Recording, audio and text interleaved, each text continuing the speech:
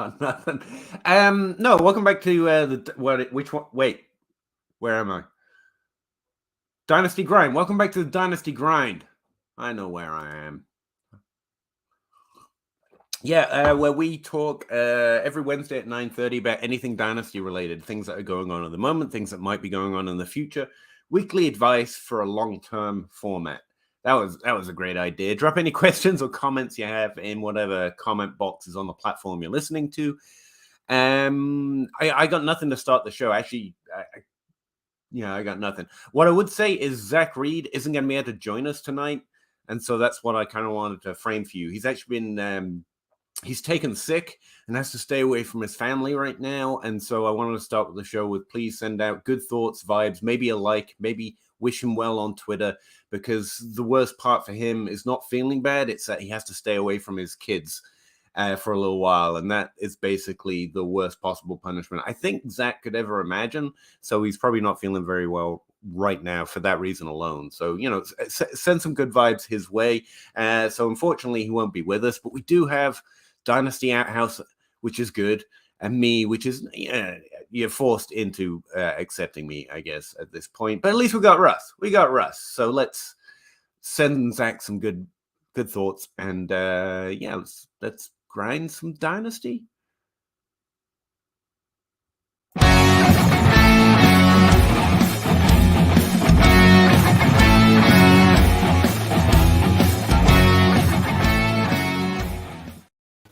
Hey Russ, how's it going? Yeah, if you ever want to feel like a bad parent, just listen to Zach talk about how much he likes his kids. I know. I was like, he was telling me he was sick, and how did he telling me that he is sick end up in me feeling like a bad father? Like, How does that zigzag into? But yeah, worst possible punishment for him. Not that anyone was hoping to find out how to punish Zach the best, but it's very bad for him. And we wish him well. We hope he gets to feeling better. But I mean, I'm ready to grind some Dynasty. That's what I'm here for. I know. I knew that was a mistake the minute I said it. I was like, nah, that's not you said a thing. It. Let's not. It's a thing now. Let's not make that a thing. Yeah. So this is like your week, though, right? This is like your fantasy. Like the NFL decided it lives in a trade addicts league and just went freaking nuts. So like, hopefully, you can carry us to some places. I can't explain the joy in where my soul used to be when there was like two people who I've never actually talked to before tweet out something like someone said I think like the Broncos coach did an outhouse challenge, or like I think Outhouse became the GM of this team, and I'm just like I don't know you, but I love you. like yeah. Bazaltzberg was in the chat early today, 7:30. I didn't even know it was available that early, but thanks very much. I'm having trouble reading this message, so you're gonna have to bear with me. I think there are 3 trades on offer, or at least 2 trades, and the third option is always. I love this because there's either not enough punctuation or too much punctuation. It's way too much punctuation. There's certainly enough brackets. I think maybe a few full stops would have helped. Go back and read the articles I wrote for DLF. The editor of DLF and Zach, who I made read all of my stuff before that, he's like, dude, just stop with the parentheses. You don't need to say the things you say 6 times. People get it. And I'm like, but they might not, because I don't talk smart. Because when I talk, I'll start talking like, smart. Yeah, well, I mean, and I'll always and they're just like, no, knock it off. And I'm just like, well, my death was when I learned I could use the little dash button as like a second aside within a sentence. So I can use brackets to separate out something from a sentence. And then in that sentence, because you don't want to do double brackets, that would be ridiculous. That gets so you can also do a little dash as like a second aside. And I am a fan of long-running sentences. So I'm glad I never learned I don't know it's a thing, but I just figured out like it makes sense to me. And I'm like, okay, it works. That's all that matters. A second aside. Yeah, there you go. Also with DLF, the thing that gets me with DLF and punctuation is trying to keep up with the writing rules and when you can use a number or when you have to write the number, or when you can say, I just want to say wide receiver 23. I shouldn't have to write out all those letters. Oh, whenever it was, even if it was RB number 4, I did not write out running back. I did not write out 4. I did not care, and I wouldn't fix it. Like, no, I'm saying this the way it's supposed to be said because that's the way we show it to everyone. But otherwise, yes, if it's everyone knows what you mean. It's under fine. 10 or 20, you're supposed to write the number out. I don't know. I'm kind of glad I don't write anymore. I think it's 12. It's 12 and under, or 12 is okay to type. And I'm like, that just looks ridiculous because I'm talking about ranks. And sometimes it's like running back 3 and you have to write the entire thing out. And then the next sentence is running back 11 and I don't write it out. It's like, come on, man. No, that's not consistent. The only time I wouldn't use like RB4 because it's supposed to be a running back, but you feel the need to say an RB because the way you pronounce RB. Right. It should be an RB, right? Because then I would change it to a number 1 running back, in which case I would spell it all out. No, also, all my Grammarly and dictionaries are set to British English because I was feeling cheeky when I signed up on my computer. I'm technically speak British English, but now I'm constantly telling me to correct things because it's not the British spelling. And then I send it to DLF, and they're like, "Did you run this through Grammarly?" I was like, "Yeah, of course I did." And they're like, "It's all British spelling." I'm like, "Well, I'm British." They find it less cheeky. They find it more annoying. Look, you're worldly. You're adding culture. Especially since my articles take a little bit more editing than most, if we're honest. And they're like, and I was trying to switch it in Word today. I was trying to switch it to like the American dictionary. And once you've signed up, once you've downloaded and said this one, it's remarkably difficult to find that setting again. Oh, that's so stupid. So crap, I'm on the clock. Anyway, and also we got. Good. Sorry. No, I was just going to say, welcome to the Dynasty Grind, where we talk about the difficulties grinding out Dynasty articles on a weekly basis. That's what they're here. They're here just to listen to us talk. They don't care about what we say. Really care about hearing about us talk. It's more like an obligation from the court. That's what I think. All right, so do your best. Let's go. Bazaltzberg's trades. The first one is send Mooney in a second to get Najee Harris for his running back 2 because he's 4-4 and in 6th place overall. That is so easy. Yes, I don't care that it's an early second. Or Mooney in a second, 23 for both. I'm assuming the same one, and get Pittman. I like that too. Okay, so here's my thing.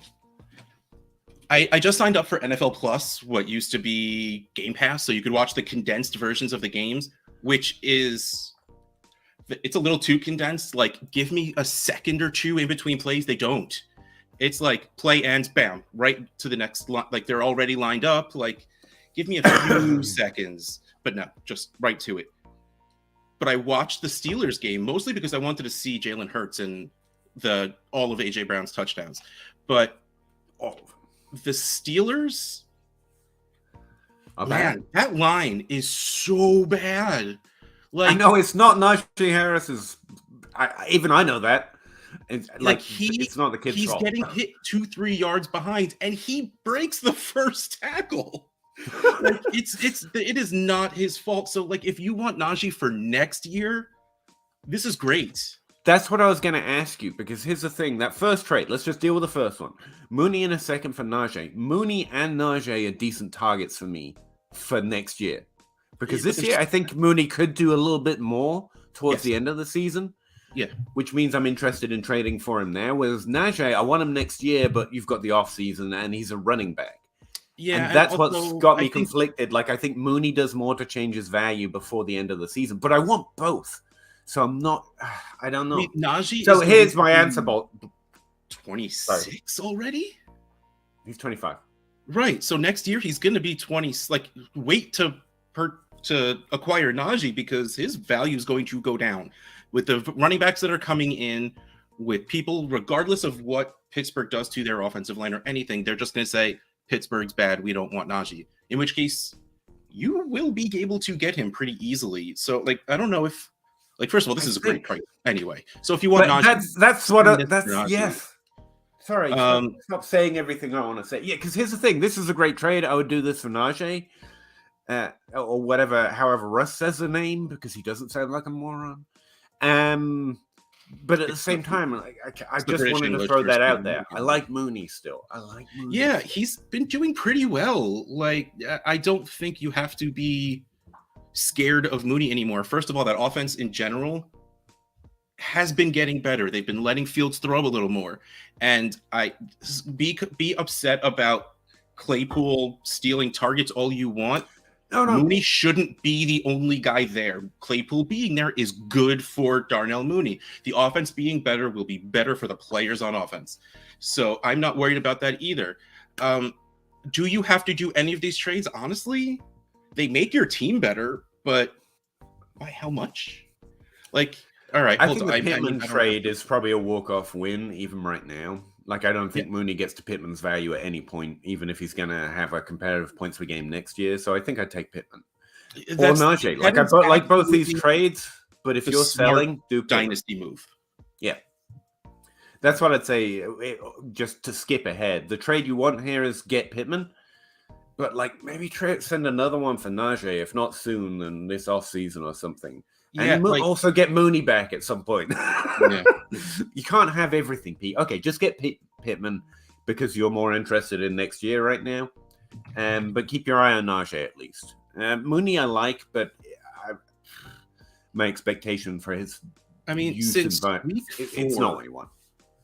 Like, the first 3 weeks were kind of scary, but he has never had less than 5 targets since week 4. Mm-hmm. Week 6, he had 12. But 13 points, 7 points, 14 points, 8 points, 12 points. That's good for Darnell Mooney. I mean, that's also full PPR, and this is half, so it's going to be a little less for you. But, I mean, not all that much. Like, he's basically a player on your roster. Pittman will be better. He's basically the wide receiver equivalent of Najee Harris, but he's slightly older, especially considering his age curve and his breakout rate. And running backs with that upside, he's got more upside at the running back position than Mooney has at the wide receiver position. So yes. For the first trade, I will probably take Najee, whether I'm winning or losing. For the second trade, I would take Pittman. With both on the table, I take Pittman because that's better, just a better dynasty move. With both, you're looking towards next year. But I just wanted to throw that out there. Like, I still like Mooney, and I think if I get him for this value in a different trade, like, this is Mooney being worth a second, basically. Yeah. And I don't hate that at some point, especially because his production could definitely trend up. Like, the thing about the Chase Claypool trade is I now like every wide receiver on both those teams more. I know, right? Like, that's a net effect. I like Pat Freiermuth a little bit more now. And I liked him a lot. Yeah, you did. But not Chase Claypool. Like, poor kid, man. Such a great rookie season. He's good at what he does, but we play fantasy. We're not NFL taking here. I hope he continues to have a great career, but, like, fantasy-wise, that's where I'm at. Someone called Dynasty Outhouse Truther says, don't forget to drop a like and subscribe to the best Dynasty show. And this one. This one. Yes. Not sure what the best one is, but do it to this one too. When rebuilding, how many firsts do you target acquiring? I don't know. I have a number for you there. Is there a point of too many firsts in a class? Okay. No. Let me spin you a tale of Jonathan McCann and the J Mike Invitational, where J Mike had 14 of the first 16 picks of the 2021 draft. Think of who was in the 2021 draft: Kyle Pitts, Jamar Chase. Well, I mean, Javonte was going good for a while. Like,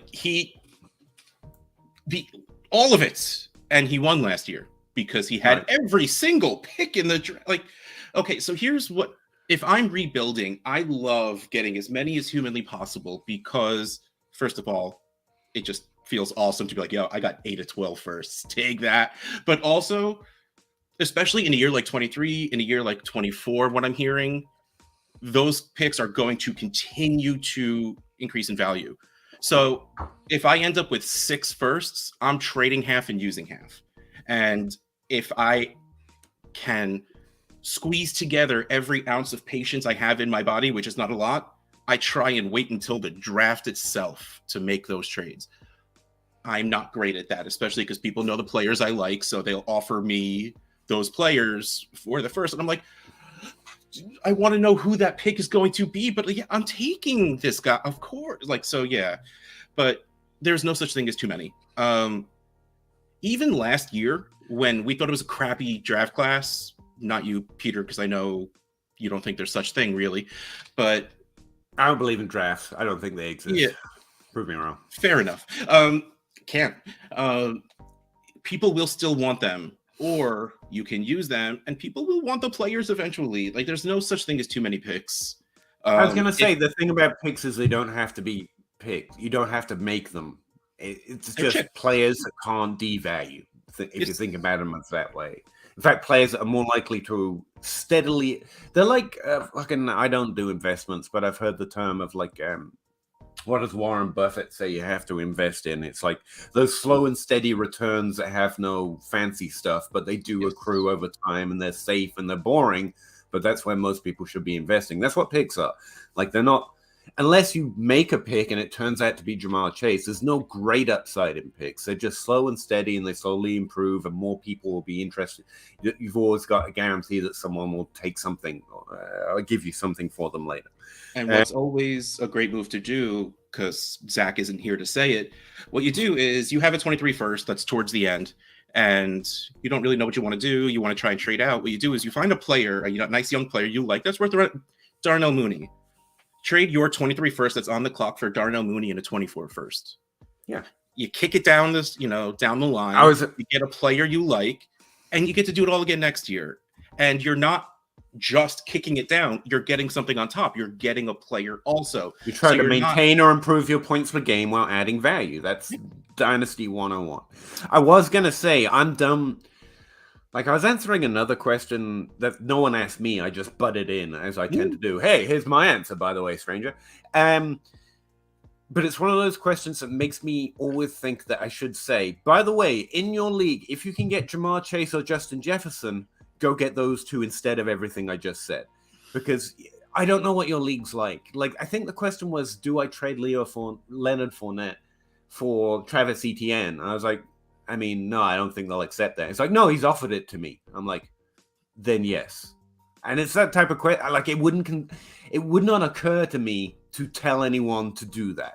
And that makes you, because, I mean, who's doing that? Apparently someone's doing that. So just in case, always get Chase and Jefferson if you can. But right on average, looking at the trends, I'm guessing in most leagues, I don't think I'm buying 23 picks from here on out. I think they're I've been on to 24 for a while, and it's worth pointing that out. Like, in your league, it might be different. You could be able to go get Chase or Jefferson equivalent. But, like, I'm not. At this point, I'm more likely to trade anything I have in 2023 away than make those picks or trade for those. But again, there are always exceptions. Yep. So, Lofty 08, 10 team, 1 QB, PPR, start 9. No tight end premium. Give Jacoby, get Schultz. The TE I have right now is Waller, Maru. So Maru until Waller gets healthy about week 9 or so, probably. That has to be pretty gross this year. No. I mean, Jacoby's like wide receiver 13 on the season, by the way. Total points. So he's probably going to finish lower than that, but like, it's the most disrespected top 24. He's no longer allergic to touchdowns. Which is, I love it. I am so happy for him. I think this is a fine trade. You get a startable tight end, and Schultz can be top 12. We saw it last year. I typically am not putting value into the tight end position unless I'm getting it really cheap. This is kind of really cheap because of the value of Jacoby in Dynasty, but the points are good, so it's awkward. Or I'm going all the way up.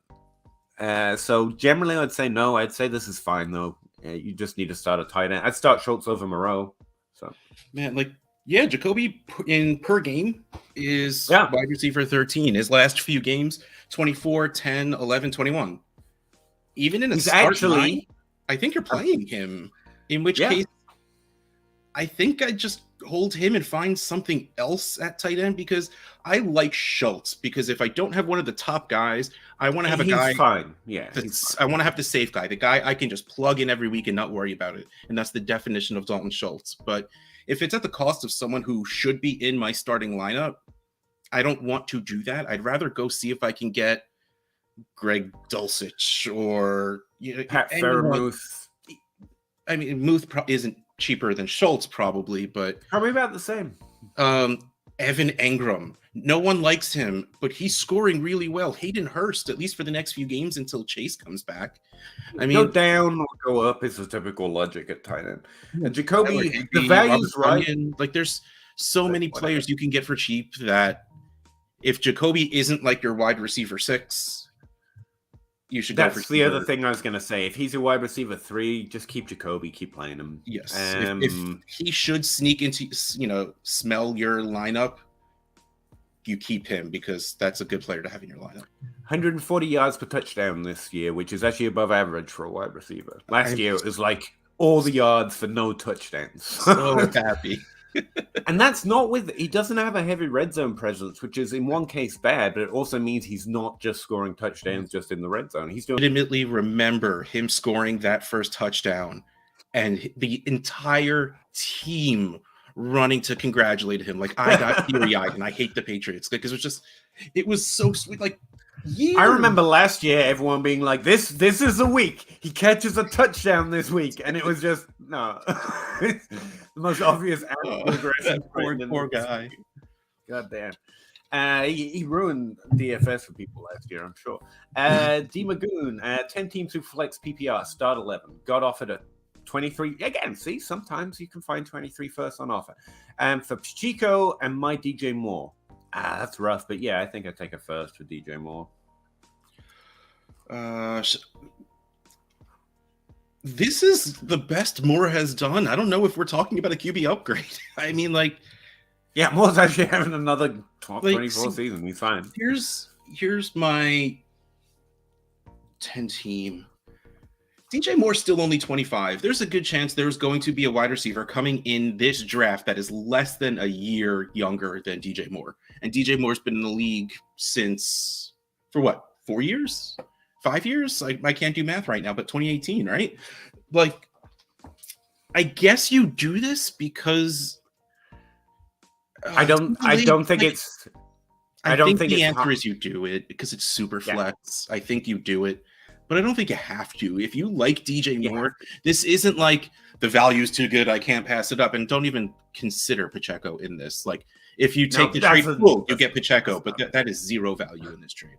So it's just DJ Moore for a first. Yeah, and it depends. What I would say is a whole bunch of 25-year-olds who aren't just carried by hype. Like, we love DJ Moore. He's great, but he's a top 24 wide receiver. The Dynasty has always wanted to value more than that because he's so great. And there's just more with more upside at that age and at that similar value. So you take the first and you see what else you can make out of it. That's me. That is the smart move, yes. Well, it is a move. It's one move I would do. Exactly. Lagoon, but it's your team. Peter's smart. And if you keep DJ Moore, you're fine. He's going to be top 24 wide receiver. He's going to be a top 24 wide. It's your team. You can roster how you like. But I think you can do more with that first. You can make more trades to more teams and probably improve your team at a better rate. Yes. Wyatt Miller, again, in your league, you've got the best insight into whether it is. Wyatt Miller, 12-team Superflex, Kyler Murray, Deontay Johnson, a 23-second for Lamar Jackson and Scary Terry. Yeah, I want the Kyler Murray side here. Yeah, Kyler and Lamar are kind of the same thing to me. Yeah. Kyler might be more consistent, but his ceiling hasn't been there. So if Kyler and Lamar are probably same tier, you can cross them off. So Deontay Johnson in the second for Scary Terry. Yeah, give me Deontay Johnson in the second. There you go. We agree on one. Look at that. Bazaltzberg's back. 12-team Superflex, half-point PPR, no tight end premium. He's going to perhaps send Kareem Hunt, receive Dalton Schultz. That's the other option. He's got to get Dalton Schultz. Oh, I would. Yes, I would send Kareem Hunt over Jacoby Myers. I think it's about even. But is Jacoby a wide receiver 3? You're never going to want to put Hunt in your lineup. He's running back 2, so he's worth less to me in general, but he does have upside. Yes, 1,000%. To me, the question gets answered. if Jacoby is a wide receiver 3, sure, use Hunt instead. Superflex 12 team, Hawkinson or Keenan? Hawkinson. I hate the end of wide receivers fantasy value careers, but it's just Hawkinson at this point. And what do you expect of Hawkinson in his new home? Addison and I did the DLF trade show today, and we did Hawkinson. There's value in Hawkinson right now. There are some very good trades to send him away. If you're the one sending away Hawkinson, aim higher. Yeah. Rambo, don't shoot. 12-team Superflex tight end premium. Start 10. Rebuilding. He's got Damian Pierce and a late 23 first for Amon-Ra St. Brown. Late 23 second. Oh, sorry. Yes. Amon-Ra. Yes. The answer is Amon-Ra, but also I don't think you need to rush this. Well, I always talk like it's my leagues. If you don't have a trade deadline, you don't have to rush this right now. Pierce is doing too well. His value isn't going to change, even if he has 2 bad games in a row. But Amon-Ra is a player you're going to want to build around. So if you're, I was going to say like a bad performance or 2 could swing that, but Damian Pierce had a bad performance last week and had like 14 PPR points. Like, I mean, he's got the volume. So yeah, Russ is right. You don't have to rush. But I think Amon-Ra St. Brown's going to be more. I don't think he's going to want to trade that by the offseason because he's going to be a young wide receiver with top 12 potential, and it's the offseason, so no one's scoring points. So what's really funny was in points October, can get trades done. Yeah, October's DLF, Amon-Ra St. Brown was wide receiver 3 and 4th overall. Mm-hmm. He was hurt like 2 games in the past month, and in the November mock, he fell down to the 210. Yep.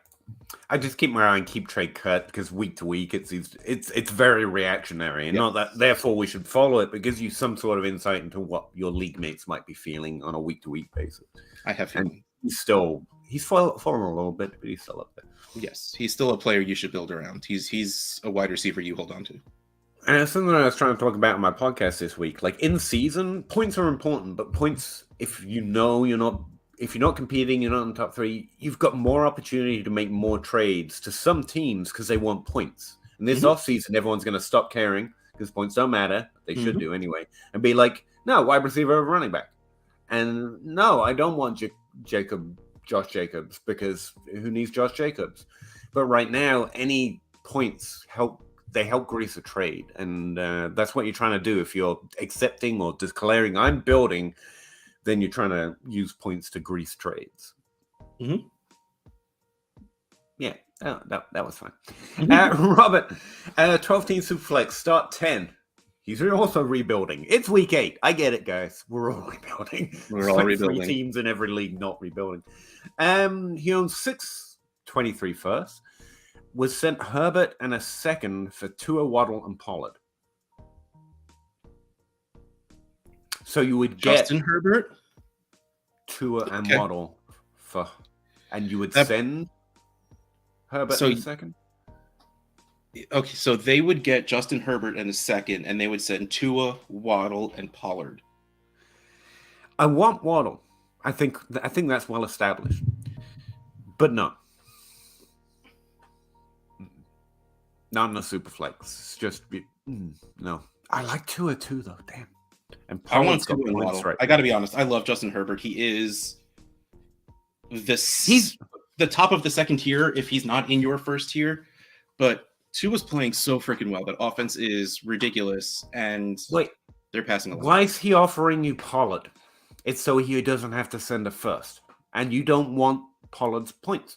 You don't want them, so take Pollard out, counter, and get a first. Take Pollard out and get a little bit better. You don't need Pollard. I still like I still like Tua and Waddle, but you don't want Pollard, so I might count it. I mean, you could still do it and then move Pollard. Yeah, you could. Yeah. Anyway, I like Tua. Do you really think he's got Herbert, that top 5 QB upside? I don't know why I felt like I had to show you what 5 looks like, but I did. That number? Hold on. Let's pull Okay. up quarterbacks scores. I like Tua a lot, man, but I want Waddle. I know that's a tough one, Herbert Robert. is That's what I'm Herbert's coming 20 out points of. per game. Tua is 22 points per game. Tua is scoring more than Herbert. All right. Tua and Waddle. This is actually getting easier the more I think about it. I think it's down this year. Chargers are struggling, but Oh yes, 100%. But just to say, like, this can be an outcome. It might not be an every year outcome, but if you can get something out of Pollard, if not in a counter, then something else from another league mate, then sure. Yeah, but you are selling a top 5 quarterback, so you know. But it's Waddle, sure. I'm going Waddle to it. Let's do it. Why not? He's got McBride, for which I would like to apologize. I feel like I'm responsible for every McBride. Oh, I have a whole lot of McBride. I have a lot of McBride. Any worry that Tua suffers another concussion? I have a worry that all players are going to suffer concussions. As far as does one concussion make another concussion more likely? That medical research is honestly too sophisticated for me. From what I understand, successive concussions are more dangerous, and that would be my concern. Yeah. From what I read, getting a concussion does not make another concussion more likely, but it should be a longer recovery. Yeah, it is what I read. I mean, it was a while ago at this point, so I don't know if there's new stuff out since then. But honestly, do we remember that, like, DJ Moore? No, Brandon Cooks. Brandon Cooks got like 6 concussions in 5 games or something. Like, of course, I'm exaggerating, but like, we thought Brandon Cooks was going to retire at one point because he had like 3 concussions in 2 years, like, and bad ones, bad hits. Like, it's like, this is. Are you worried about this running back because he might hurt his knee? We're worried about every running back because they might hurt their knee. Every NFL player. So I think this washes out to we can't predict injuries, but concussions specifically are this nasty brand of modern stuff going on. And outside of fantasy, what I would be concerned of is, from my understanding, concussions don't get better. You have a longer recovery, but you've damaged your brain. Like, we all damage our brain every time we rattle our skull. And NFL players are rattling it at a much higher rate. Like, it's not like you recover and your brain gets better. Like, that damage is permanent. And so from a real life perspective, yeah, I'm worried. But that again boils down to a concern about every player. Fantasy, I don't think you can use it as a deciding factor. I just like Tua. I think he's capable. I think he's going to keep being capable. First 3 years of his career, Matthew Stafford was injury prone. He was Sam Bradford level injury prone. He can't stay healthy. This is stupid. And you know, he just kept playing. So injuries are always going to be I don't know. You can make a guess. You might be right or wrong, but it's just a 50-50 from our point of view. Zach, in deep dynasty leagues, what can you get for Deion Jackson from a JT owner? There you go. You're not getting a second. I mean, I can't get a second for Deonta Foreman, who is the starting running back on their team. Yep. Order 66, 12-team Superflex PPR. And get it, by the way, because that's fleeting. 12-team Superflex PPR 1 tight end premium. Start 10. Give J.K. Dobbins and a mid to late 23 first. Get CMC. Yes, get CMC. Always get CMC. I would do that for CMC. Get CMC is pretty much. I mean, like, if you want to win, you get CMC. Dobbins isn't doing it for you this year. Dobbins isn't worth a first right now. So a first and a second for CMC is, especially him coming off a game where he ran through and caught a touchdown for the first time since 05, I think it was. Like, yeah, go get CMC for a first and a second. Even if you're not trying to win, I think the top 3 teams in your league will give you more than this, honestly, in return. So he's probably going to ask him the wrong person and take advantage of that. That's fine. Howdy's heroes. Many happy hump day, gents. Oh, thank you. 10-team, 1 QB, 2 running. That's the format. He's got CMC, JT, and Montgomery. And there's his wife. There's his. Read the thing. Okay. I want to make my running back more competitive. Does he trade Devontae Smith for Josh Jacobs? Yep. Cheers. If you're winning, you do that. I hate it though because Devontae Smith's a little underrated. He's good. Devontae Smith is very good. Yeah, but he is that is an order like JJT, Lamb, DK Smith, or JJ. Yeah, I was in my head. I was like, can you trade Monty for something like that? No. Oh yes, if you can pull Monty and it's got to be Smith. So yeah, Jacobs, go do that instead for sure. But yeah, that's fine. And good luck winning, man. Howdy Order 66. Howdy. We did this already. Okay. Here are some emojis for you to enjoy. I'm not gonna. I don't know what they mean, but thank you, Graphic 13. I think we got like the elements going in there. I don't know. Nice. RM32, currently rebuilding in a 12-team 1QB with a core of Herbert, Javonte, Walker, Burks, J-Mo, Devontae Smith, and Pitts. Trade Walker then. Nice brag. I would trade Walker right now, but whatever. If you're building. Oh, yes. Who from this group would you prioritize keeping and building? Oh, look at that. That's kind of ahead of my time. I don't have a first next year, but I have 6 picks in the second round. Anyway, so, yeah, I would go to your teams that are winning and offer Walker to get firsts. You don't have your first in 23. And that would be your target. Man, if that's the case, I trade away Javonte, score some points, so whoever does have your first doesn't have the better pick. But make sure you trade Javonte for a younger player because you can roll into next year with all of these players and still be rebuilding. But there's no reason to make your team worse and let someone else get the benefits unless you can go to them and start with Walker and try and get your first back. Yeah, Walker's my main trade away. Everyone else is fine to keep, especially if you're rebuilding. But while that's an incredibly smart brain type of thing to do, my typical move would just be to go approach the top 5 teams in my league and say, give me as much as you can on top of a first. Who wants it? Who wants it more?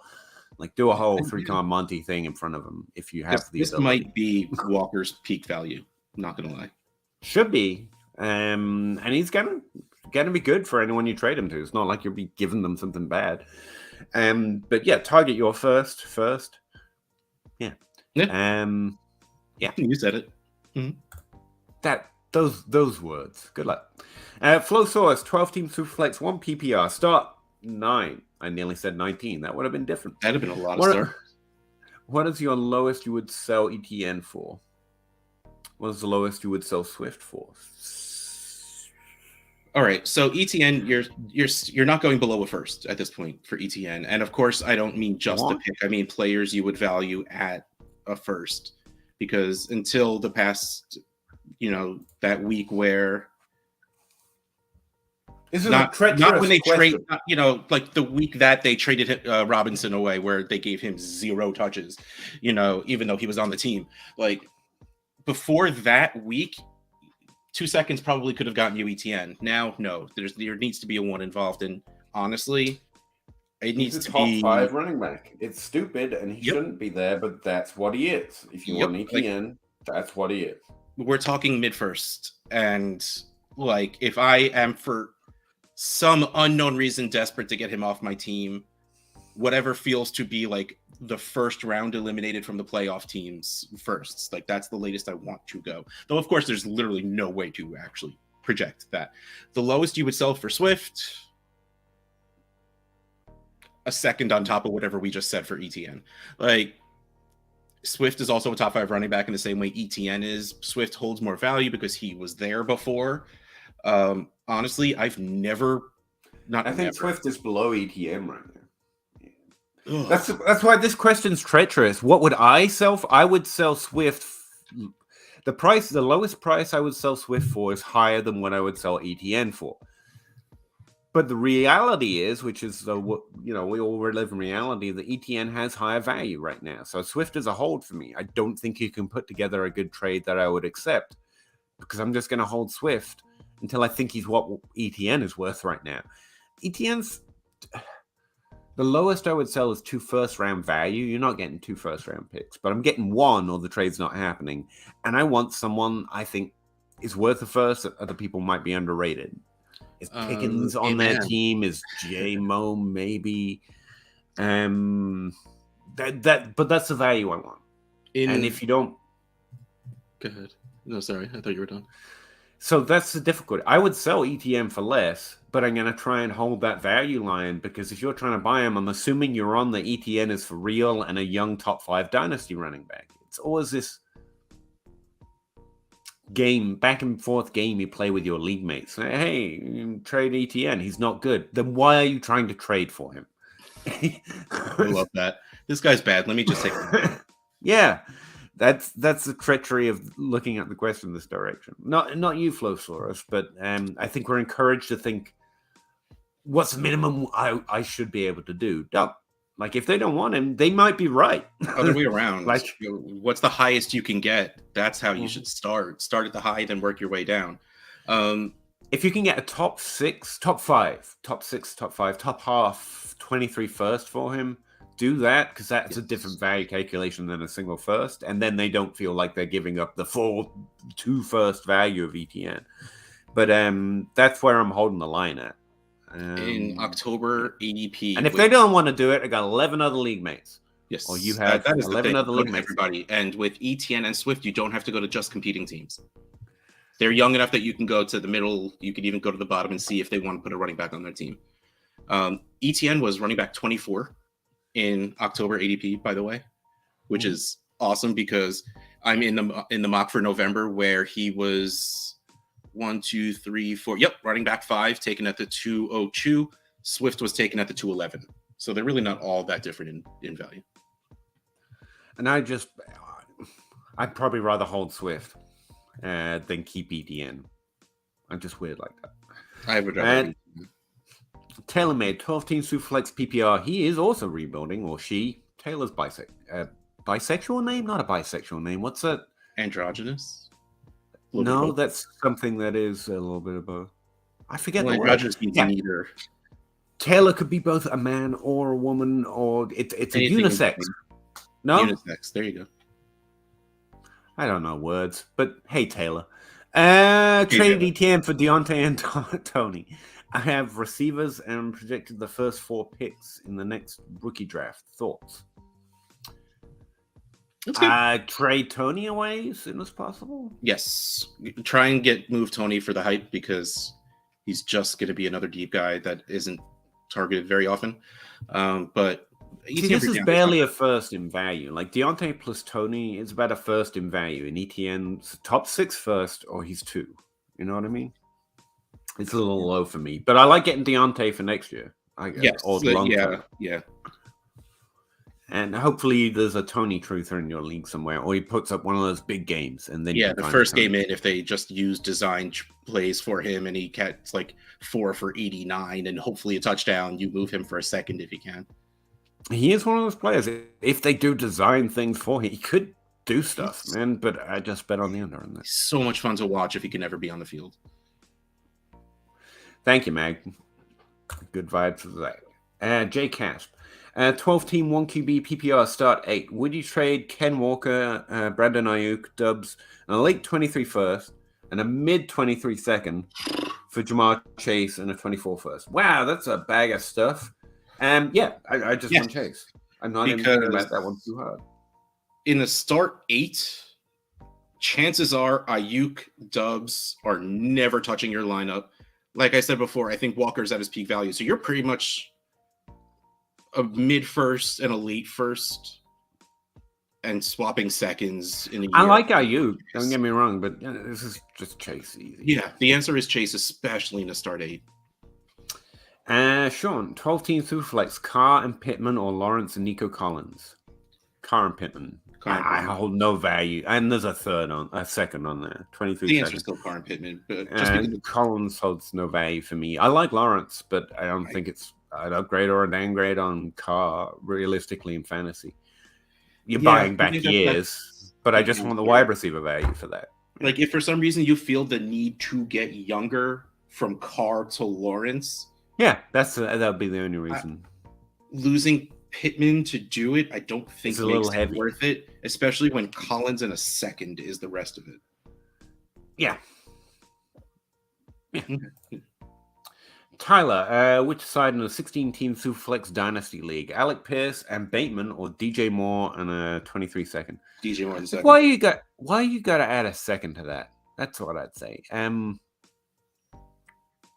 Moore in the second. Like, I don't understand why you're thinking. Because Bateman's the only one who's got a chance to increase in value here. That's second a little bit, but yeah. What would it take right now for the season Bateman's been having for him to increase in value? It doesn't matter. This time in August, he's a young wide receiver. A lot of people had a lot of hope for. He's going to be worth more than DJ Moore by August. I say especially if DJ Moore continues not 20 plus points per game, but easy riding top 20 wide receiver, at best they're equal, if not DJ Moore worth a little bit more. Maybe equal. Yeah. Maybe equal will be fair, but Bateman will be young. And so that by the end of the next year, as long as Bateman is, a top 36 wide receiver again. If I'm building, I'm taking the Bateman side, but I don't want to add that second. That seems unfair.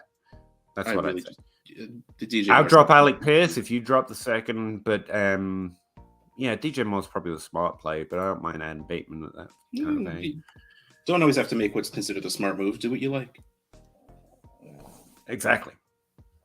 See, again, I'm into the value arc. Like all off season, I spent time being the guy saying no Bateman, and now I'm the guy saying Bateman. I can only get this right so many times, guys, before everyone else figures it out. Just take advantage of it. Matthew, 10-team 1 QB trade Foreman and Ayuk for Hurts. Yeah. Jalen Hurts, 1 QB. Doesn't matter. Hurts is one of those QBs you go trade for because he's a difference maker. Yeah, I'm just trying to figure out, will Foreman increase your points per game through the end of the season more than Hurts would? I don't know, man. Because if you're winning right now, Foreman might be a better hold than Hurts. But in general, yeah, just ask blankly. I want Hurts. Yeah. End of story. If they were to have given context, I would take it into account. But since they didn't, I'm just going to say, yeah, I do that. Yeah, it's Hurts. Just throwing it out there. Gary Russell, and we call that the Zach maneuver from now on, I've decided. I don't know. Gary Russell, good evening, fellas. Let's talk trade deadlines. I'm in a Dynasty League. Camera's out of focus. It's because we're talking about trade deadlines. Yeah, that's fine. Just had our trade deadline the same day as the NFL deadline. Way too early, in my opinion. I don't even like trade deadlines. Redraft? Because fine, but this better. If you're trying to keep an active league, why are you like, oh, and by the way, you 6 teams, go away, we'll see you next year. That's what a trade deadline says. You have nothing to do here apart from me forcing you to set a lineup so that you're not tanking. I don't like it. Okay, we're not the NFL. We're not playing football. You can tell by the look of me. We're clearly not playing football. We don't need to do what the NFL is doing. There is zero benefit to having the fantasy deadline this week. But again, what I would say, if that's what they find fun, trying to mimic the NFL, that's fine too. Whatever league format you enjoy. Right, if you're not enjoying it, you don't have to play in it. But I found a new thing. It has always been play. You want to play 8 teams? That's fine. You want to play IDP? That's fine. I will never league shame you except 2 tight ends. That's the dumbest thing ever. So now it's except for 2 tight ends and having your trade deadline the same as the NFL trade deadline. That is I'm sorry. That is awful. If you it's like, I know when I started, most of the leagues I were in were trying to be more like the NFL. How about we have 32 teams and the same roster? I can get how some people would find that fun. Me, I like fantasy. You want one of those leagues. You don't want all of your leagues to be like that. No, that sounds terrible. I hate that. It's making me angry. Yeah, my preference would be no, but whatever floats your particular boat's fine. I would say no trade deadline whatsoever. What's the point in telling anyone at any point stay active, but you're not allowed to do anything to change your team apart from add waivers, which in Dynasty is just basically useless anyway. Gerardine 1. Give a 23 first and McLaurin to get AJ Dillon, Mooney. No. Wait. Let me roll that one all the way back. 23 first and McLaurin and AJ Dillon and Mooney get Cup and Pitts. Yeah, Cup and Pitts. Cup and Pitts very easily. You see, Like, unless you're saying glory that's of the 23 firsts.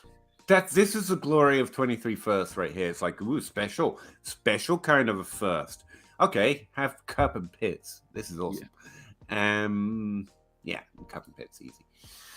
10 team 1 QB league. Rebuild trade Ayuk and Foreman for. I think we did this. Guy is contending and has Mahomes. Oh, so you would be trading Hurts away. Oh no. Oh no, he's trading him to you because he doesn't need him because he's got Mahomes. I get it. Yeah, Hurts is better for you long term for sure in that case. Yeah. Sonaldo. That's the way I'm saying it. 14. 18 Superflex start 10. 6 points per passing touchdown. Tua a 23 first and Marcus Brown for Lamar Jackson. I would keep Tua. Yep. Team Superflex League, quarterbacks are not going to really be that valuable. Lamar isn't consistent enough with his ceiling for me to want to pay up for him, especially from Tua, who I like, a 23 first, which is valuable, and Hollywood, who will still do well for you next year. I think this is one of those rare. I could probably get Hurts for less kind of a thing. Kyler Murray for the same deal, maybe a little less. Yeah, it's fine, but I'm not doing it. That's one of those trades I'm like, fair offer, no. Honestly, just keeping to it. And the first, I can do more for my team with that first and just moving up to Jackson. Clinton Davis, 10 teams who flake. Which side would you rather have competing for a competing team? Javonte? There are so many different ways to spell Javonte. Actually, there's only one way because how he actually spells his name. I know, but there are so many Javontes, and they all have slightly different spellings. And a 25 second for Daniel Jones, Curtis Samuel, and Kittle. On a competing team, you'd rather have Daniel Jones, Curtis Samuel, and Kittle. Are you saying, like, should you make this trade? No. Well, I think I can get better things. That's really what it comes down to. Like, Daniel Jones is scoring a lot of points. Curtis Samuel is okay. And Kittle is Kittle. I like Kittle. And Curtis Samuel's a top 24 wide receiver, and Daniel Jones is super flex. I get it. But like, I'm gonna target different players on a different team because that's just not what I want for Javonte. I'd rather keep him. Giddy up. What are you paying on picks for Pitts these days?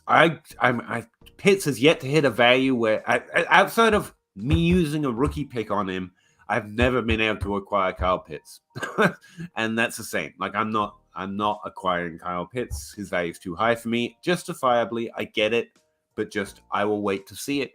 And he put a touchdown. His value is back to where it used to be now. His value has always been where it is when he does it, and so like even when it happens, it doesn't get any bigger. He's already there, so like I can't buy into that. Yeah. 2 firsts is not too much as long as one of them is pretty late. I don't think if we're talking super flex, I want to give up a top 3 first because I think all 3. I think Bijan and whatever 2 we're going to assume right now that it's Stroud and Young are going to be drafted in startups before Kyle Pitts is, unless Pitts goes nuts the rest of the year. So if it seems like it's going to be that early, I don't trade that first away at all. But if you're talking like to play up like a mid and a late, I would send that for Pitts.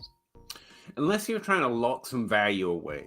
Like there's a lock safe of QB and a lock safe of top 5 tight end. But no, I'm not sending anything for Pitts right now. I haven't made a single offer because his value is too high. Like I think he'll be rightly valued when he's doing it. But like it doesn't get more. So I'm not sending anything right now. But he should. Quarterback, the mock draft. He went 308 in a 1 quarterback mock draft. Yep. I just think I can do more for my team in the meantime while Kyle Pitts isn't scoring, with the value I'd use to trade for him.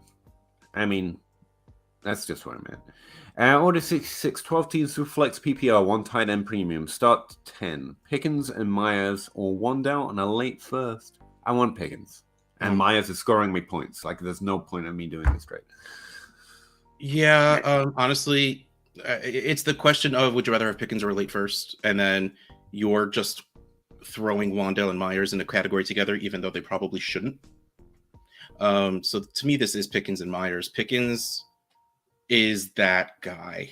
It's that. I tell you what, I read a review. I read the Roto World blurb on Pickens this week, and I've never been so struck by just something that's not true. Since Odell Beckham his rookie year, he was described as just a touchdown guy. And I was like, you mean that tiny receiver who's like in his rookie year and dominating target share as a rookie? Like that, there was such a discord between what he was doing and what they wanted to frame him as. And this week I read on Roto World that George Pickens is just a downfield player who's going to get spot and target. He's just a downfield receiver. I'm like, he hasn't had less than 7 targets in how long? He has 1 week where he gets 3 downfield targets and nothing else. And like, oh yeah, that's what he is. I'm like, he's had 6, 7, 8 targets. And now he's just a 3 target guy. Like, there is such a disconnect between what Pickens is actually doing and what people want to describe. Like, I get he had 3 downfield targets last week and his ADOT slightly elevated, but he's used more diversely than that and is getting much more volume than last week would suggest. And that's neither here nor there, but like, I think there's a strong discord in what Pickens is actually doing, what people think he is. If they could just get an offensive line, like that's really what it is. Like, I don't know how good Pickett is. He does not look good, but even still, there were a couple of balls that were like so close. A couple of like hit Pickens like in the fingertips. It's like, but he has that sideline body control that I love. That made me fall in love with T. Higgins. He did not get it was really crazy when I stopped and thought about it. Because I was talking to Zach earlier when I was watching the game because he was always a Pickens fan. And I DM'd him. I was just like, yeah, Pickens has that body control that I love. And Zach says, well, he's also great over the middle. And I'm just like, yeah, I haven't seen him. He didn't get a pass over. The tight ends are the only people that got a pass over the middle in this entire game.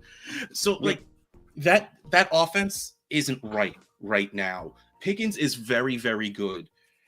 And last week was they are going to draft a wide receiver in the second because that's what they do. But as long as they spend the rest of their picks on offensive linemen, like there's a chance that can be something special. Zach, Zach is a very big fan of him, and I trust Zach's evaluation. He's got more upside than everyone we've seen in this class so far. That's where we were at Pickens, and last week was the exception. 3 downfield targets, and he catches none of them. Every other week, it's 6 targets, 7 targets, 8 targets. It's like, that's incredibly impressive for a rookie, and he has a good profile. His problem as a prospect for fantasy is his off-field stuff that he had a lot of trouble with in college, and we've had none of that. Hopefully that keeps up, just in general for his life. That'd be great. So, like, yeah, I just wanted to, since you mentioned Pickens, like I think there's a strong discord. Nothing else in this trade is worth a mid first. So Pickens, like that's literally a late first. That's less than a first. And Myers, he's the best points per game asset on this trade. So it's like it's an interesting one, and I would be very excited to get the Pickens Myers side in it. Yeah, you guys talk about way too much bullshit. I mean, it is stream about fantasy football. So in general, that's the point. By definition. 10% trade advice, 90% podcast. That's fair. Well, to be fair, like we were open to talk about anything about Dynasty, and we've been doing this. We started end of last season. Anyway, all anyone wants to know about Dynasty is trade advice. I'm not a trade guy, but I do know value. Russ is literally a trade guy. You want me to talk production trends? Like that's what I actually do. And all we do is answer questions. Like the people who ask the questions lead where the show goes. And that's a live stream versus podcast thing. I've always thought that's the difference. And stocking up in 24 first at this point for the Vegas. Old sport. Fun. 10 teams who flex PPR, 0 tight end premium. So is it even really a tight end premium? So no, yeah, I could have just left that out. Okay, start 9. Start 9 includes defense and kicker. Sorry. Oh, League Shane. No, because then you're starting 7. Like 7 skill players. That's rough. That's an ESPN league, though, right? Which like more people do than any of the stuff we do. I'm in a rebuild mode and want to grab another top tier stud at wide receiver. Should I trade for Garrett Wilson, JMO for Waddle? Yep. Yes, I would take Waddle for that deal.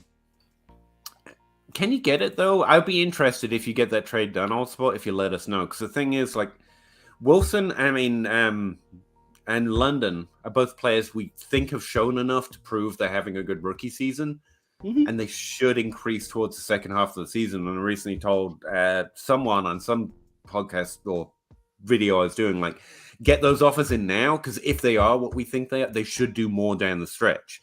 And so this might be a little window. And if you're getting this trade, then it's already gone back up. And I'd be interested to know in your league if Wilson's already held there, Garrett Wilson is going to do better when Zach Wilson's not the starter. Oh, yeah. Wilson, yeah. Could come up with a reason, but I just expect if they're as good as we think they are, they should do more. Like that 50 top, I can't remember. They're like in the 50s in points per game right now. And to have a good rookie season, you should do at least slightly better than that. Brian Ricks, 10-team 1 QB PPR rebuilding. Trade AJ Dillon and a mid-23 second for a 24 first. Yes. Rebuilding. Yeah, I guess. That's rough, though. AJ Dillon's a good player, but he's getting volume, but Aaron Jones is better. Sorry, I was trying to outthink it, but no, it's just a 24 first. I'm sorry, Bob sent me a trade offer that I had to reject. Okay. Do you want to take a swing at this one? Would you think something? 10-team 1 quarterback PPR rebuilding. Trade AJ Dillon and a mid-second for 24 first. I mean, the answer is yeah, you probably should just to get a first, but I don't think it's something you need to do. He is rebuilding, and that's can you just good get a Dynasty second for Dillon and call it a day? Like I don't.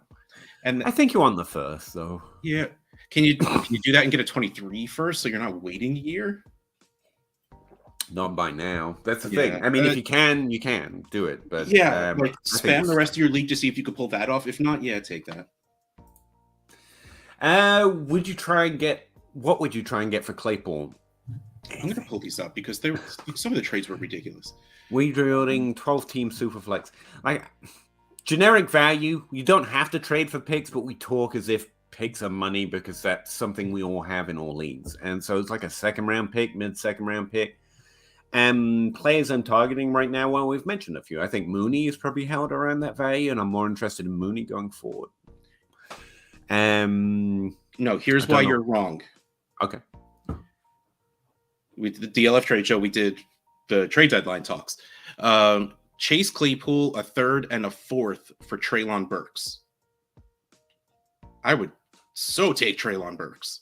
Yeah. Next, Chase Claypool for Deontay Johnson and 223 seconds. You get a plus on that. That's interesting. The two pluses are on the wrong side. Like, and you said that was recent, like since the trade, since the trade deadline. Yeah. Wow. Yeah. Okay. Do that, Deontay. Yeah, like that is since Claypool got traded. Marcus Brown, throwing it out there.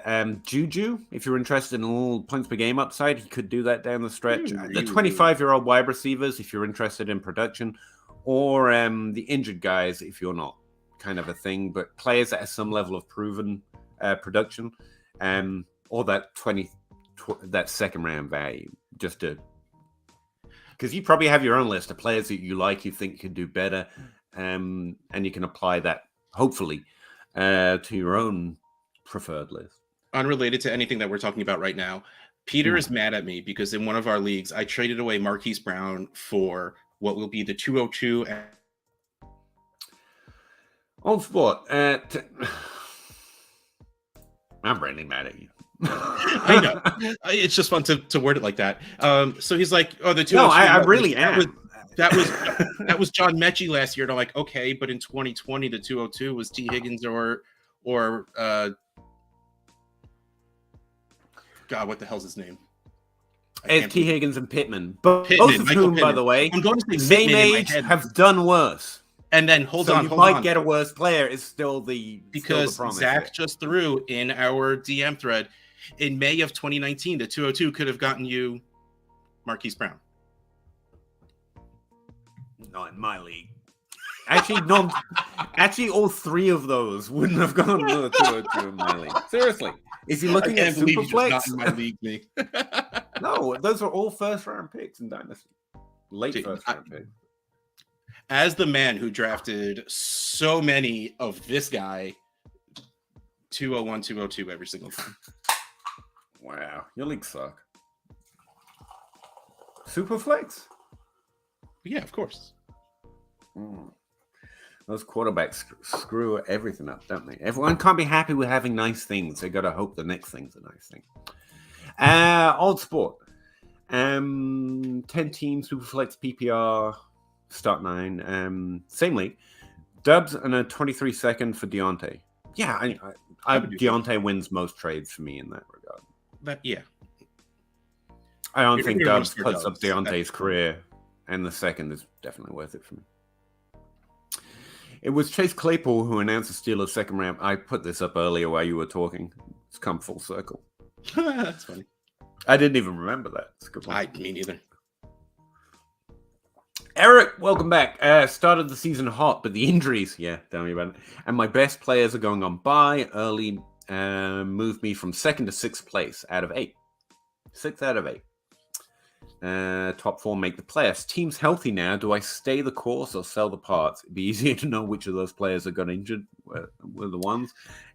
Check your real answer is submit an idea for a rule change where the 4th playoff spot is to the team with the most points for, not the 4th best record. But if your team is good, you keep competing. Like maybe if you have like a Devontae Adams or like someone who is going to absolutely age out of their value, try and trade them for someone who's a little younger but still scoring points. Here's what I was going to say, Eric. We always talk about the extremes. You're buying and you're selling. You're rebuilding and you're not. The majority of teams should operate in the middle. They should not try to place in the middle to John Bosch's rule of if you're in the middle, you're already rebuilding. But for most teams, and probably yours too, you're trying to do both at the same time. That is Dynasty. Trying to increase your points per game and add value at the same time. It's trades like this, frankly, which is why they're a little easier for us. Like, I think Deontay does both. He should be scoring more. He's probably not going to, but he's still scoring startable points. And I think he's going to do it again next year. And so that adds you future value in terms of his points per game and his points per game right now for a hope and a dream in Dubs and a second, which despite them always turning out to be Marcus Brown, T. Higgins, and Michael Pittman, also on occasionally don't hit. In fact, to a very high degree, don't hit. So like you're always trying to do both. And based on the fact your team is good when healthy, I would say you're not on either extreme. You're trying to do both at the same time. So you're targeting those unfortunate players like Deontay Johnson, who's just on a struggling offense right now, or maybe people are underrating Pickens, but you're not trying to do one or the other. You're trying to do both most of the time. That's the unfortunate. It makes for terrible advice. It makes for why this stream isn't the most popular Dynasty stream ever, because there's a paragraph of an answer. It's not, trade for this exact player and you win, because there are no one answer. You're mostly trying to do both, and the people in your league can determine which is the best move you can do, and we're not them. So yeah, I would say you're still trying to do both. It sounds to me like your team's not bad. So I would keep trying to do both at the same time as best as I could. I mean, you still have 5-6 weeks before the playoff starts. So I don't think you need to panic. I think if you can pull a couple of wins out, I just don't blow your team up for the sake of it. That's something I do. That's not the smart thing. It's to the point where, because you're not an extreme, if you have Foreman, you should be shopping him. But if you have Myers, you're not selling him for his value. Yeah, if you know what I mean. Sell out Etienne or Pierce or like these younger guys who are scoring points just because they're scoring points. If your team is okay, you ride them into next year. Yeah. Steve C, 10-team Superflex half-point PPR, 0 tight end premium. Similar. Rebuilding. Thoughts on Cousins and Hawkinson for Lance and a 23-second, a 24-second. Lance is, I guess, a shiny piece in this. I just want Cousins and Hawkinson. Like, yeah, going for Lance. Points are good. Even if you're rebuilding, it's too risky, I think, is what it comes down to for me. This is like a Pitts trade. Like, Lance is a shiny thing who could get you so much more come August when healthy or when he gets back on the field. And I think Zach would probably make that case if he was here with us. Like, he'll be the top 5 QB everyone wants, the maybe a boat. But yeah, Cousins is good in fantasy. I don't know about the NFL, and Hawkinson's fine. So I think I just stand pat. Yeah. As someone who's unsure of Lance versus however sure everyone else is this offseason, like if this was a Pitts trade, I usually acquiesce to the value's there. But with Lance, I'm still unsure. So coming into the season, Trey Lance was around that QB 6 to 9 range, and it was crazy. Right now, he's around QB 20, which means even with the hype, he's probably going to hit around that 10 to 12. I don't know if the trade value will be there, but the startup draft value will be there. So honestly, Here's a question. He's rebuilding. He's got these 2 things at least. Is there something better he should target? Because he doesn't want these points. That's going to be some points, and he doesn't need it. He's rebuilding. So he's trying to get something. Hawkinson might not be that many points. I'm all in on going and acquiring Justin Fields right now. I've been in all of my leagues. I've been trying to do it, competing or not. Well, it depends who my quarterbacks are if I'm on competing teams. And hell, man, I collect football cards and I try and do some flipping as well. So I went nuts on going after Fields cards in the past week. Like, that team is going to keep getting better, and their defense just got a lot worse by trading away Roquan Smith. So they're gonna have to do more offense. So I think his value will keep going up. Trevor Lawrence, I still believe in that guy. If you can Cousins and Hawkinson for Tua in a second-ish, off the top of my head, that's something I would like so much more.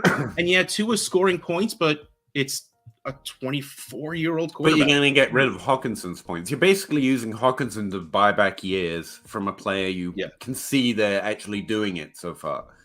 So Tua might be a better option. If you really like the potential of Lance, you don't have to do that, though. I mean, Jalen Hurts, if the guy in your league still thinks he might be coached by the draft. I love just being like, man, if only they had a quarter. Could listen to the trade addicts. Me, Rocky, and John Ho. We're just like, man, if only AJ Brown had a quarterback who could throw the ball. How's the Kyler Murray owner in your league doing? He's someone who's a little disappointing, but he's already in that top 5 for me with Hurts. And he's short. Maybe he hates short people. You don't know.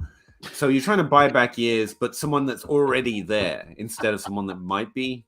And I think would feel a little better about it. As it is, if you really believe in Lance, we've got that small sample from last year. San Francisco 49ers is a well-managed team, if nothing else. Then I wouldn't bat an eye at this trade. Yes, if you are into Lance, go and do this. Is value-wise, it's good. But me personally, that player scares me. But if you like him, go for it. Yeah. SU2, buddy. 1 quarterback, half-point PPR. Calvin Ridley or Dante Foreman? Really? I mean, long-term, yeah. I have 3 signed jerseys that I haven't hung up yet. Now 2 of them are on the wrong team. I have Ridley's just on that retired till he's not list for me. If Keenan Allen gets traded or leaves for another team, I'm just gonna cry because that man better just retire on the Chargers. Ridley's coming back. I don't know. I mean, I'm not saying that maybe I know. I don't know. They had to have talked to him before this trade. The Jaguars had to have had a conversation with him. I know. That's the nasty ass nature of the NFL. They trade people as if they're assets. They can just turn up in the locker room if you're actively playing and say, by the way, you're traded. No, that is also fair. But if you want to score points, you take Foreman. If you don't want to score points, I think if Ridley comes back, on what I consider to be going into a very good offense, because I think they're getting better. And Kirk shouldn't be a number one wide receiver. Like, I like Kirk with another receiver on that team. And I've been yelled at so many times for not considering Zay Jones another wide receiver, but too bad. Like, so Calvin Ridley. I like the offense. Sorry, 94 people watching at this point. I don't know what we did to deserve that, but hey, everyone. I think that's Zach's not here, and we have more people. Just saying. Everyone's like, Zach's not there. Everyone go tell him to go away till Zach gets back. That's probably what it is. That's probably what we're kicking it old school before I kept missing shows and you had to bring Zach on, and then he just never left. 10-team super, thankfully. 10-team super flex. Give Christian Kirk and a mid-second for Amon-Ra. Yes. Yep. Yep. Eric, my injuries include. Oh, that's from the previous team. St. Brown, Marcus Brown ain't coming back. Keenan Allen. Don't. Like, if you can, I mean, I'd be fine selling Keenan Allen at this point. He says he's got Hopkins, though. Yeah. Like, pretty nice.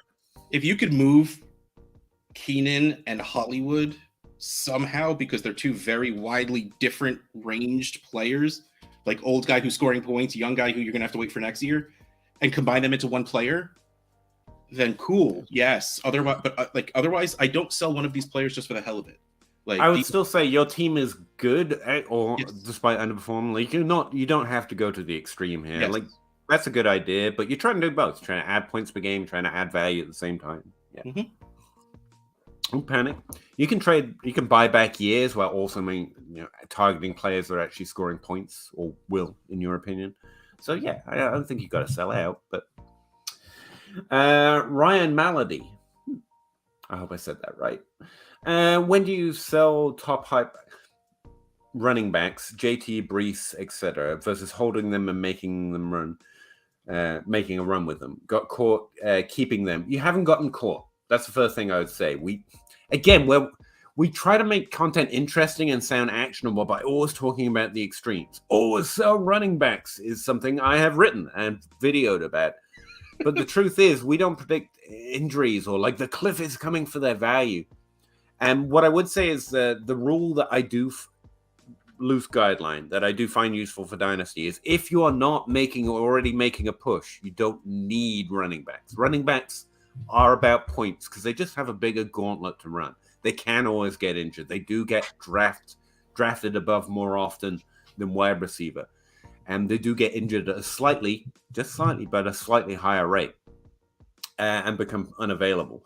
And that just makes them something you're less likely to hold on your roster. And then you've got the Dynasty community who are just nuts for wide receivers and young players. So that's us. So if you've got JT and Brees going into this season, I can see why you were like, I'm going to make a run this year. You didn't make a mistake. You didn't get caught. There was no way of knowing they were going to get hurt. I would say JT was definitely at peak at a few different times before the start of the season. But if you couldn't get a good trade for an older running back like Alvin Kamara and a couple of firsts, then there was no reason you had to trade him because he should and is good. Should have been and is good. So yeah, just to first let yourself out your own punishment box here. I don't think you made too many mistakes because they were both young running backs that should score points. And as a rule, I don't think there's ever a do it now. It's more where is your team at, and make the decision there. Russ, you got anything better than that? Because I just rambled about. Yeah, I let you go because I have sort of the opposite to say. When someone hits running back one, you sell them. Especially when Jonathan Taylor hit running back one, I was screaming to sell him because Jonathan Taylor never had the upside of the people we had at running back one before him for the past 5 years. And so people were trading running back first for Jonathan Taylor. And if that's the case, you take and at that point you trade him. And I'll be honest, I wasn't expecting this. I was not expecting this bad. But still, the answer was to sell Jonathan Taylor. What was that? Yeah. No, you could. Well, the answer was to sell Jonathan Taylor in general. His ceiling of running back 1 is different from the ceiling of running back 1 that we held those values to. Christian McCaffrey, Alvin Kamara, Saquon Barkley, Zeke, a bunch of years ago. Like, he was never going to do that. Brees, you didn't get caught with anything. You can't predict injuries. Brees was by the time he hit that, being the running back 1 at the time. Like, yeah. Like, honestly, when someone hits running back 1, they've hit their ceiling. They're not going to get any higher. So trade back, go get Austin Eckler and a first or 2 on top of it. Like, that is honestly my jam, because I don't like running backs. So I will trade down, get the I agree. value and points as well. And I hate my camera right now. But in the long run, we all do, Peter's line is always right. It depends on the trades you get. If you weren't getting trades that were worthwhile to send the running back 1 and Jonathan Taylor away, then you did the right move in holding him, regardless of how it worked out. Process over results. That's, I have it on a shirt. I write it in my dream journal and everything, like, because that's what you have to believe in fantasy football, because the right shit happens a lot less than you want it to. But all you could do is the best you can with the information. The other thing there is a slight edge still left in Dynasty in that we tend to apply these trends directly to players when they really work on a broader level in the NFL. Like, coming into this season, we should have expected older running backs to still be good. Like, I made a lot of content about that. Like, it's not like young running backs produce and old running backs stop producing. It's more like the good running backs get older, and then we have older running backs that are producing. We did, and if you didn't know about that in 2022, like, I don't want to hype myself, but there's a lot of DLF content and Dynasty creators that could have told you, like Alvin Kamara, Saquon Barkley, Christian McCaffrey, were all good values this year, because some people apply the trends to players instead of that broader. The good running backs are just getting older. That's what's happening right now. JT and Brees were an exception. They're 2 of the good younger players. Same with ETM right now. There are still a few, but we're still waiting for the next cycle of running backs. And we should expect it over the next couple of years. Like, I've been told 23 is meant to be great. It might just be a Todd Gurley year where you have a couple of other great ones that you add to the list, and not 2017 when we get a whole new class.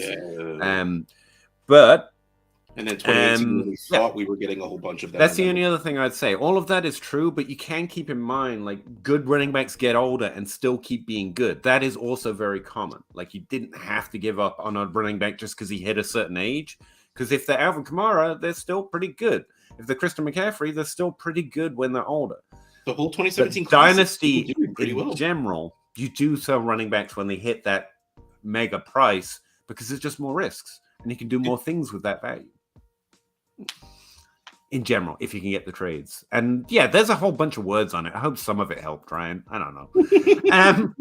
Bob, wait, no Zach? Who's the voice of reason then? We are without safety wheels tonight, Bob. Be scared. Be very scared. Devon? Yeah, Devon's a better way of saying it, because that's actually the name. 12-team Superflex, half-point PPR, start 9. Trying to kickstart a rebuild. Traded Cousins and Fournette for Ramondre and a first. 24. Fine.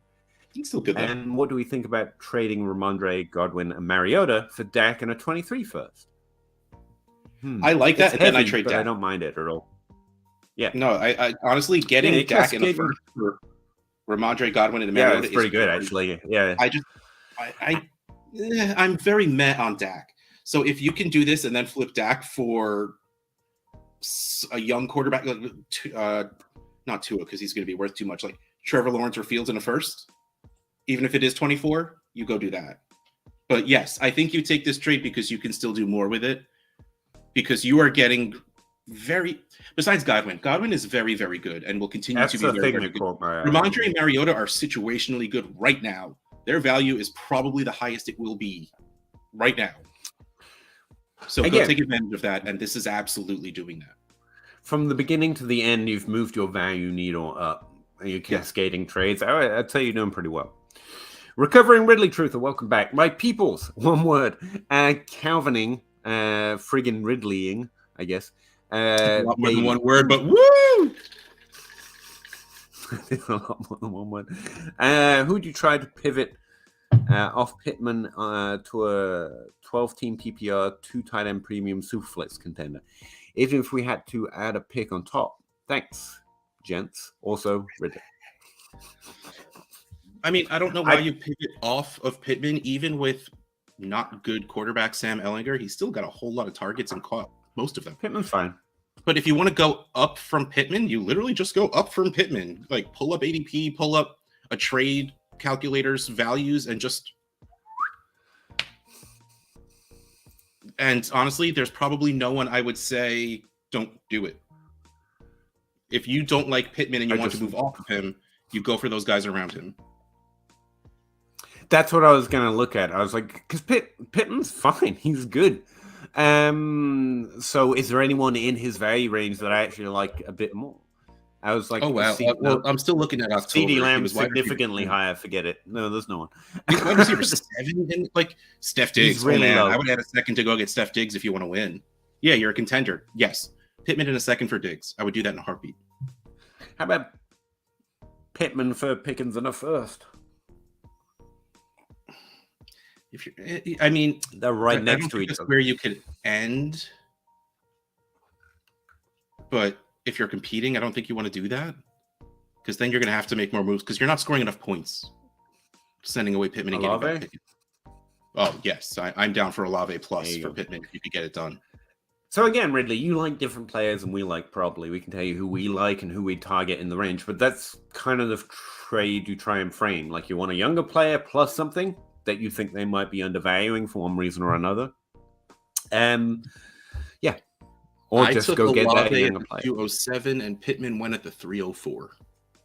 Yeah. Ramondre Stevenson That's went at the pretty 301. close. Yeah.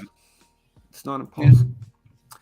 Alex, just an FYI, I think they only pulled the questions from the DLF page, not Peter's personal page. I get both. It just takes time. Yeah, they all come into the same page. About the comments. We're just really far behind, Alex. I appreciate it, though. Yes.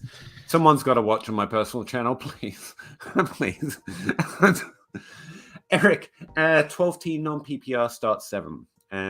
Unless you've asked a question that hasn't turned up on the feed out. If that's happening, let me know, and then I can pull it up separately, because I will. Yes, let's find out why, because that's crappy. 12-team non-PPR start 7. I need an elite wide receiver to go with Josh Allen, Etienne, Stevenson, and lots of good but not great wide receivers. Should I trade Mark Andrews? No. I mean, if you're trading away Mark Andrews, you're talking about the top wide receivers at this point. Clearly not Jefferson or Chase, but anyone below him you should be able to get for Mark Andrews, because Mark Andrews is one of the 2 tight ends that are difference makers. I mean, right now, Kelsey is up there, 4 points below him is Andrews, and then 6 points below Andrews is Ertz.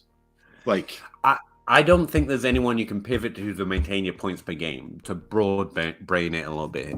If the guy in your league's got Kelsey and isn't winning, then he might give you something with Kelsey because he's older. And if he's that dumb, then do that. But outside of that trade, you don't trade Mark Andrews. Yeah. This is where ETN comes in. This is why sell running backs is usually the move. This is why I'm kind of off ETN on his value. You can downgrade to an older player running back right now and get a plus. And that maintains your points per game, and you can probably add value somewhere else. So if you take ETN and get Alvin Kamara, Leonard Fournette, one of these older running backs is in the top 12 right now in points per game, and should keep doing it, and add a wide receiver to him, and improve at wide receiver that way, then you're adding value and actually maintaining your points per game. That's probably the direction I try and go. Unless Stevenson is overly valued in your league, I think ETN's your best path to doing it. Or the Travis Kelce owner in your league is like, everyone over the age of 25 is dead. If he's that guy, then yeah, I'll go. You're looking something up, I can tell. I feel like I'm about to get owned. It's like a sixth sense. Nope. I just read something and then had to reply because it was funny. Sorry. Oh, what I was saying wasn't funny. No, it wasn't. I hope that helps, Eric.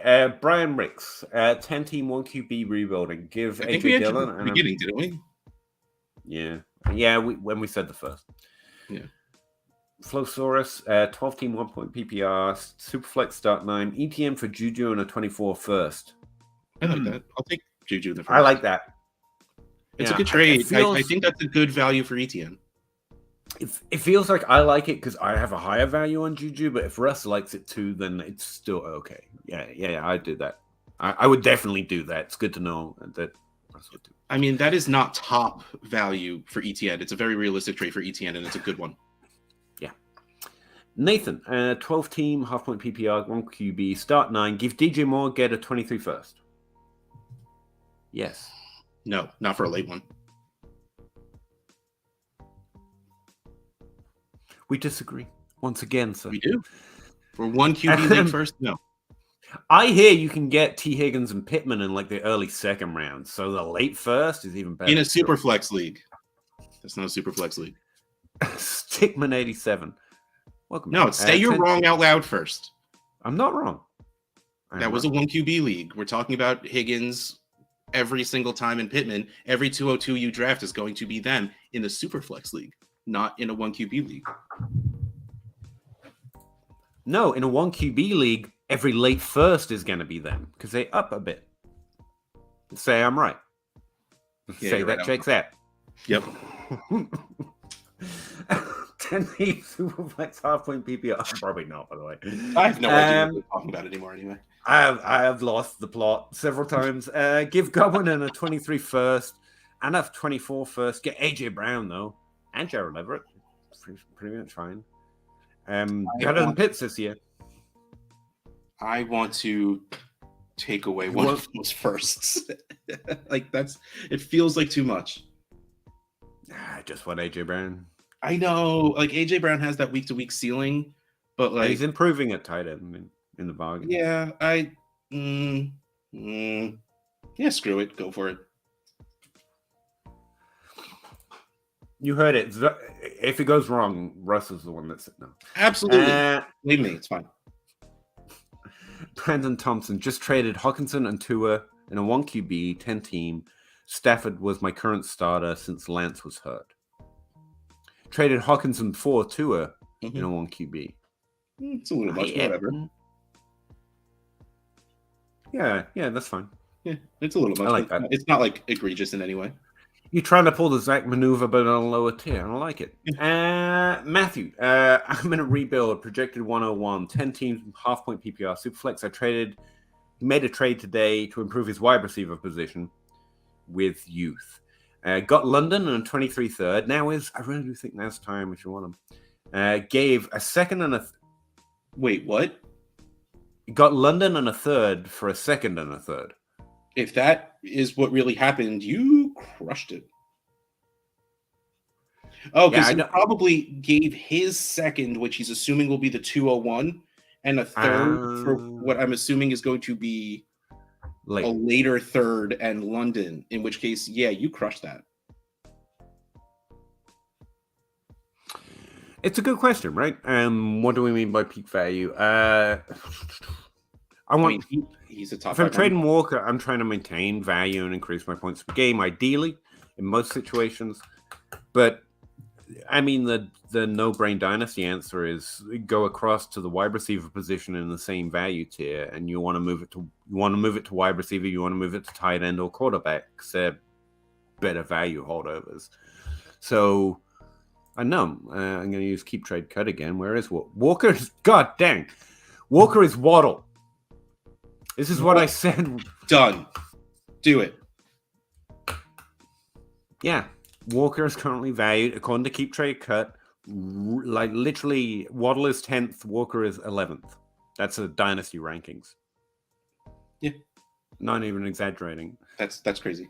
Yeah. Assuming the one loan in your league isn't stupid like Keep Trade Cut, though. I mean, move it to CD Lamb. I think he's undervalued, but should be in a similar tier. Yeah. I want to put it out there. I don't think Walker is bad. Walker is a very, very good Walker's great. That's why I would trade him. I'm not looking to ruin my league, mate. Yeah, like he's going to score points, but that Seattle offense is just really outdoing themselves. And yes, he's going to be good. Walker is good. He's not going to be great. Look how long it took Nick Chubb to be great in fantasy. He's had repeated top 5 seasons. He's a little more volatile without the receiving floor, but Derrick Henry proves that doesn't matter too much. But it is rare to consistently broke NFL rushing records and was the running back 3. And was still being outproduced last year by Alvin Kamara by 60 points, who was not breaking any Derrick records. Henry was doing something special last year before he got hurt because he was catching the ball. Like, he was going to break running back 1 numbers, but just literally 2 weeks ago, I think it was, or this week, Kenneth Walker had 1 catch for 1 yard on 1 target. Yeah, and this is just another. Remember, I'm playing and talking about Dynasty fantasy football. Yeah, it's got nothing to do with if he's a good football player at a certain point. A lot of points. Andrew A is in here. Like, his O-line is young. Rookie tackle's only going to get better. I've been watching the Seahawks for a long time. I will never have faith that their offensive line is going to actually get better. I am insanely on that. But yes, they are going to get better. They have a lot of first-round picks. Hopefully they don't ruin them like they have in the past, God knows how many years. But he's very, very good in the real life. He will be a very, very good real-life running back. There's going to be games where he pulls a Nick Chubb and he rushes 12 times for 90-something yards, which in the real life is great, but fantasy, you get. And again, we're talking about dynasty trades, not get rid of Walker. It's just if you're trading a young top 12 running back, then you want certain things. Like, he should be valued like ETN. What Russ is saying is, even within that tier, he would rather have ETN than Walker. That's not like downgrading him. That's saying you're plus for Walker right now. So yes, I would do that in a heartbeat. Like, I have an offer I have a team that's middle of the pack, which I should just be not rebuilding, but like I should be getting rid of points. And freaking J-Mike offered me Breece Hall for Kenneth Walker. And I've been staring at it for days now. I should accept it, but I haven't been able to do it yet. You should. And J-Mike is an astonishingly good dynasty player. The real answer is I'm going to accept it, but I'm going to try and see if I can get more out of him first. It's one of those, I didn't reject the offer, but I countered already. I do that sometimes. I'm not saying no. I'm just saying, would you also? Yeah, like showing my weakness from the get-go, but it's worth a shot. Yep.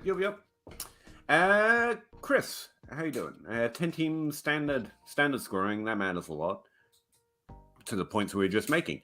Superflex, he's 2-6. I have Rodgers and Brady at QB. Cook, Pollard, Edwards, and Elliott, RB. He's got Olave and London and CeeDee like your Lamb. wide receivers, though. Yeah, if you're, what should I trade Cook for? Dalvin Cook, in your situation, you're looking for a 23 first, obviously. But like we're probably out of that. You're not getting that. Get a 23 first. Honestly, so you're not getting it. Throw one of the quarterbacks. Like, I would do anything to get Rodgers. Ooh, that'd be interesting. That team. You know, trade Cook and Rodgers. I keep going back to Tua and Trevor Lawrence because I just really like, and Fields because I really like Trevor Lawrence. But like, if Lance, I would do it. I would do that for Lance. Cook for Lance.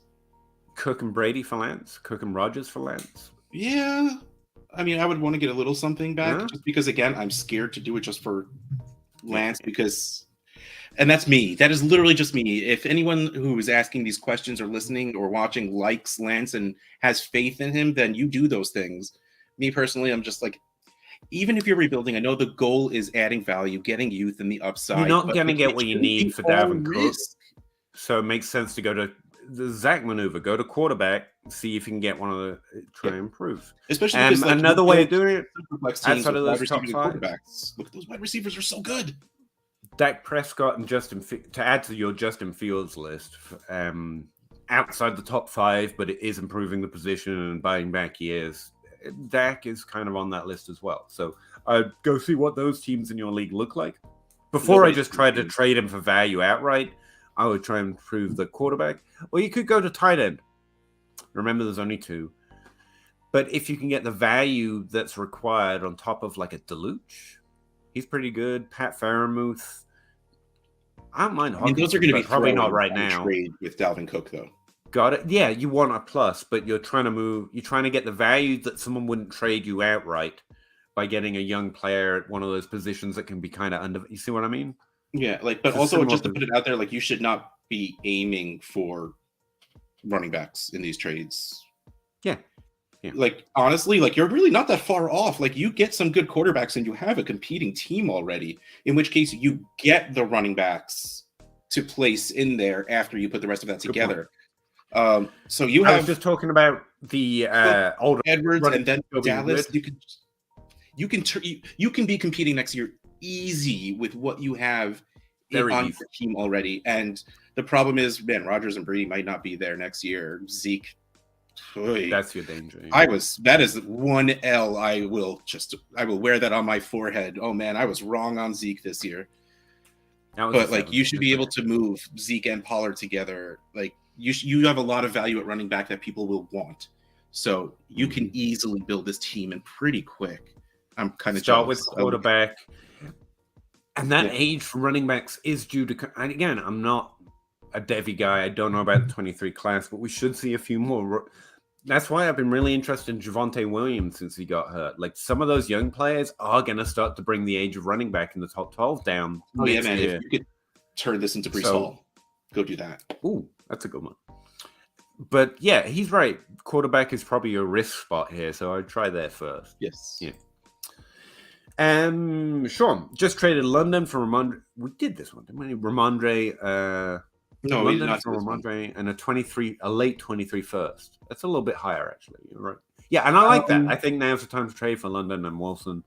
Well, he traded away London to get Ramondre in a late first as a contender. So he traded away the dynasty value of London to get Ramondre's points and get a first on top. I think that's a very good. I think that's a good. Again, a good trade should be good on both sides, to be fair. Yeah, and I think that is a very good trade, and I like the move as a contender. Flowsaurus, I have both thanks. This was the Swift or I think. I'm on the bubble of the players trying to sell off the running backs, but still competing. Yeah. I hope anything we said that I've forgotten, it was of some use.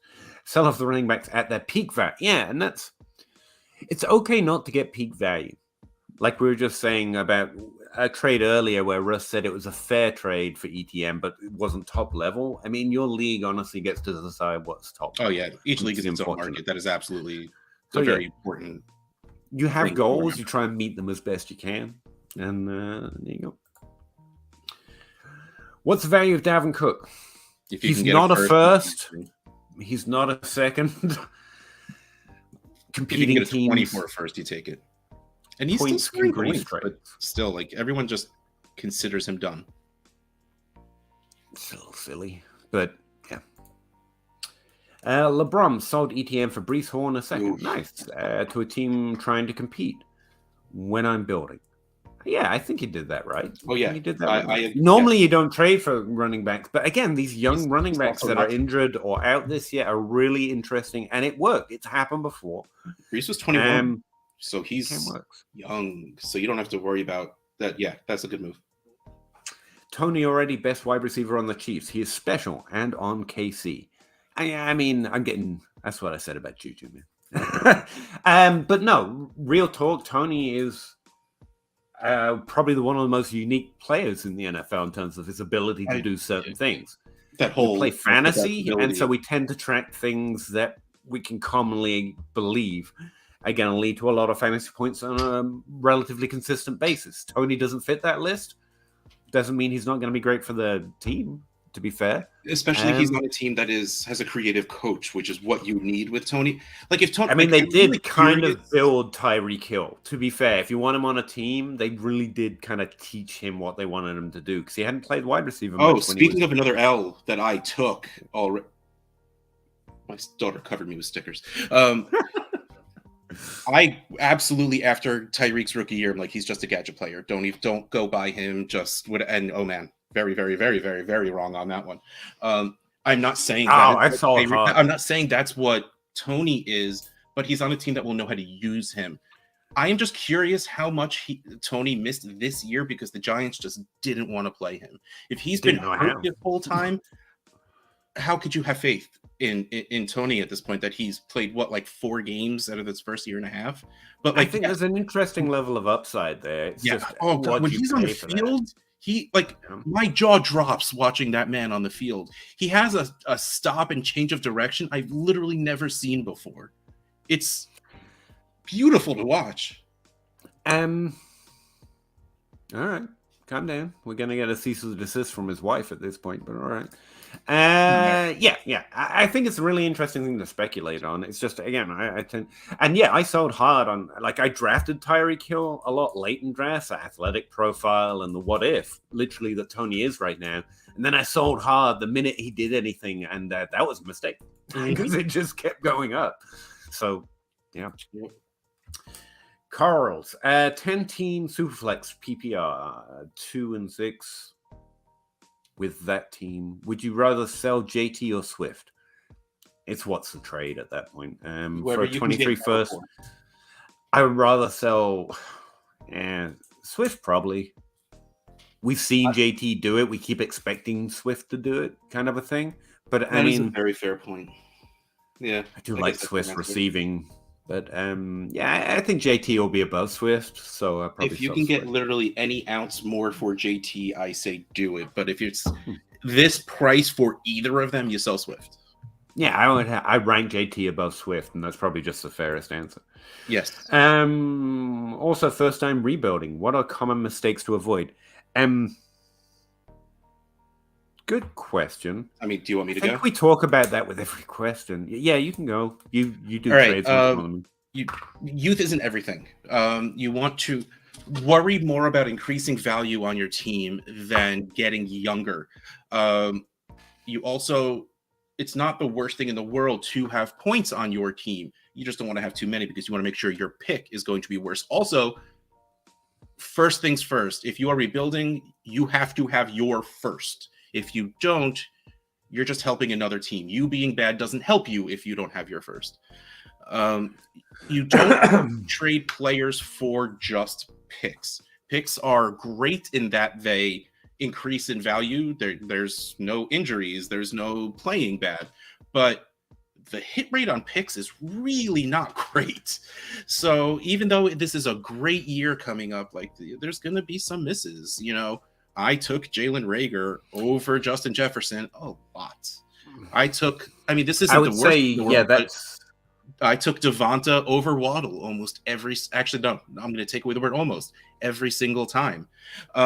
So don't just get picks. Don't just get young. It's better to just increase value and figure it out later because you can get good players. That's really the best advice is. I think sometimes when you're rebuilding, you think you're in a separate place doing different things, but you're still making bets on what you think, what you think players are going to do later, what you think this player is not going to do later or whatever. And so don't take yourself out of that mindset.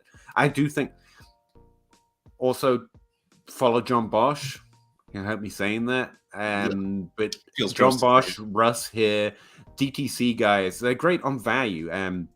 Bob Gilchrist, who was just in this chat, they constantly John's doing a weekly trade thread right now. Again, you might not find what he's saying something you want to do, but if you follow what other good value traders do, you can learn from them and decide the way you're going to take it.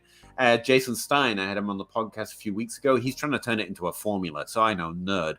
But he's trapping keep trade cut numbers and his results, so you can read what he's doing on Dynasty Nerds and see what applies to you, what you agree with, what you don't. And he literally tracks how well he does. And I think that's really interesting. And they're purely just trying to increase value. And Russ is right. That's what your focus is becoming. It's not young players. It's not old players. It's betting against the market, as it were, for what you think is going to be true 3 months, 6 months down the line instead of next week when you're much more in a redraft. But also when you brought up Bosch, one of the great things he does at the start of every year, he projects value for next year. If you're in a rebuild, you want to pretty much stop thinking about value in the next couple of weeks. You want to start thinking about who is going to, if there's a trade deadline or if for the playoffs, can I get a player who's going to spike in value by the end of the season? Is there going to be a player I can get that's going to spike in value right as the season ends because maybe they're a free agent, maybe someone on their team is a free agent. You know, you have to just think of the points in the future of where there's a lot of trading and try and use those points as your markers on what do I think this player's value is going to be along those, you know, at those points. And if your answer is higher than now, go get that guy. Yeah, as far as common mistakes I've made, it's betting too much on my projections. Like, value is important. And like Russ said, youth isn't everything. But often when I'm rebuilding or I'm not competing, I've made a lot of bets on younger players who haven't done much yet. And I think if you're rebuilding, they're almost more risky because they can become nothing real quick. So like Olave should be more important to you than London or Wilson or Pickens, which is probably true mass, but maybe not in your league. Honestly, those players should all be worth more to you than 23 firsts, but firsts have an added value of being more tradable to more players more often and their value increasing. So it's not an easy one-to-one. Yeah, honestly, it's partly why I hate that Brian Robinson and that 202 pick. It's like, I get it. But You're like this assuming time I'm next holding year, on to that guy or not. definitely has Marcus Brown. You might have nothing. And if you don't have value on your roster, you can't afford to make those losses. If you know what I mean? Yes. It's like, I'd say it's like being a poor person, which I know a lot about. And it's like you can't afford to risk the house payment on a monthly bet. But if you're fairly well off, you can, because there's a lot of upside in doing that. So yeah, the last thing I would say that's a common mistake I've always made, paying for what I think is going to happen when I don't have a lot but my rookie profile or my hope for that player. Like, don't be scared of proven or older or more known players, because you kind of can't take those risks if you're building. And just because you're rebuilding doesn't mean you have to use your draft picks.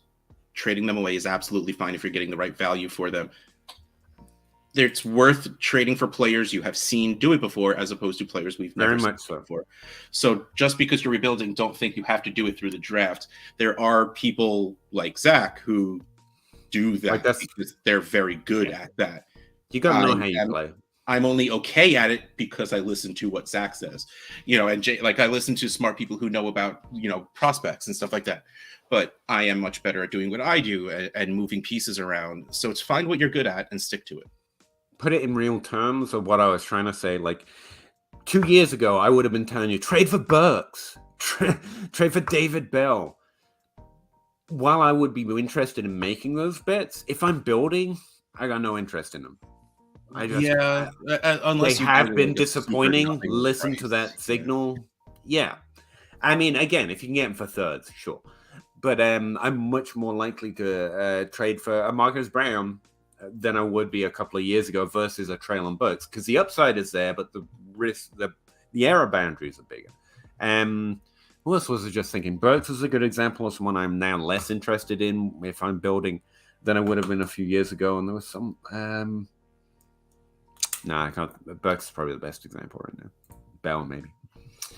Andrew A. Walker scratching his surface. 2 rookie tackles only getting better. Your takes are questionable. We're really far behind.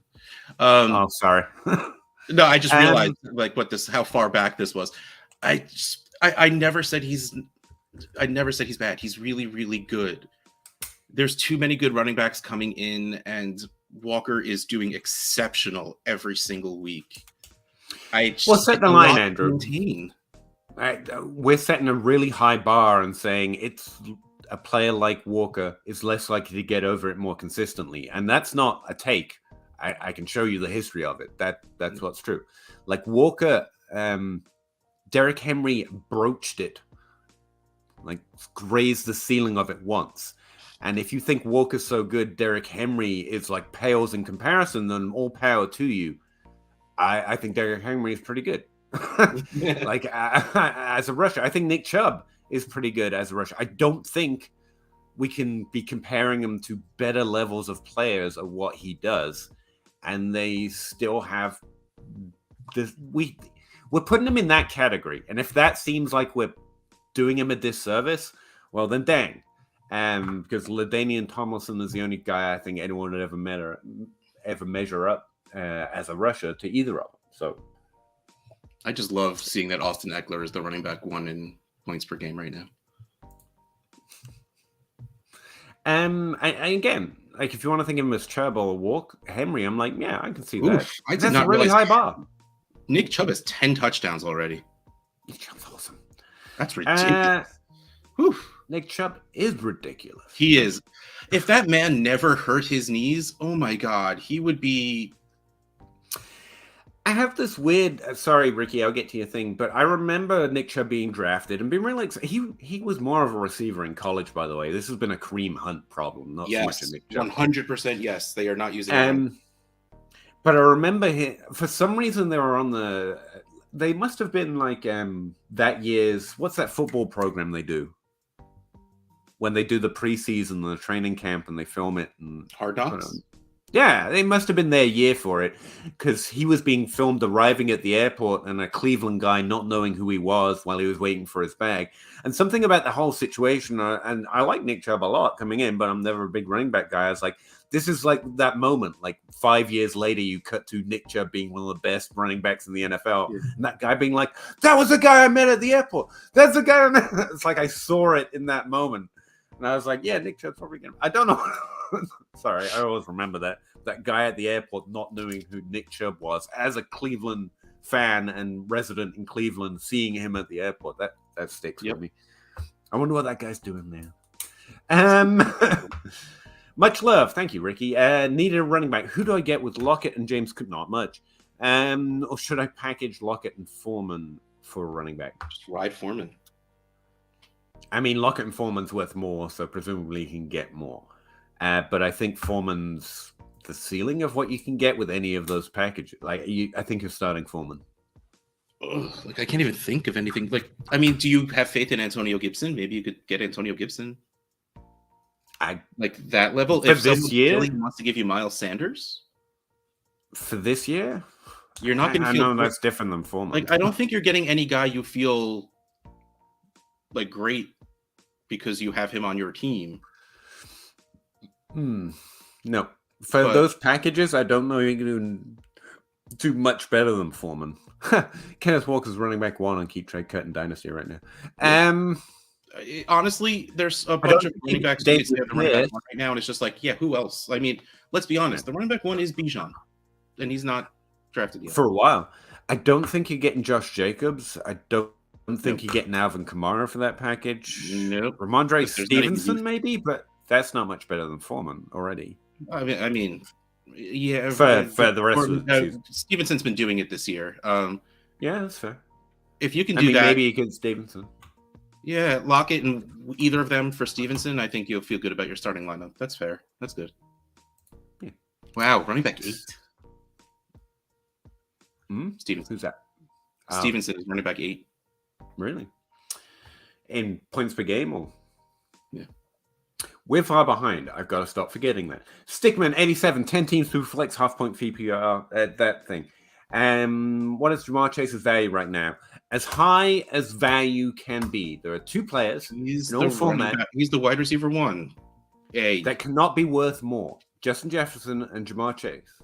That's it. In Superflex, we also have Mahomes and we have Josh Allen. And the max value I think we can quote is 3 firsts, but you can easily see more than that happen. Like this. So here's what's really funny. I'm in a league where I have a bad team and I have Justin Jefferson. The guy who had Chase is competing.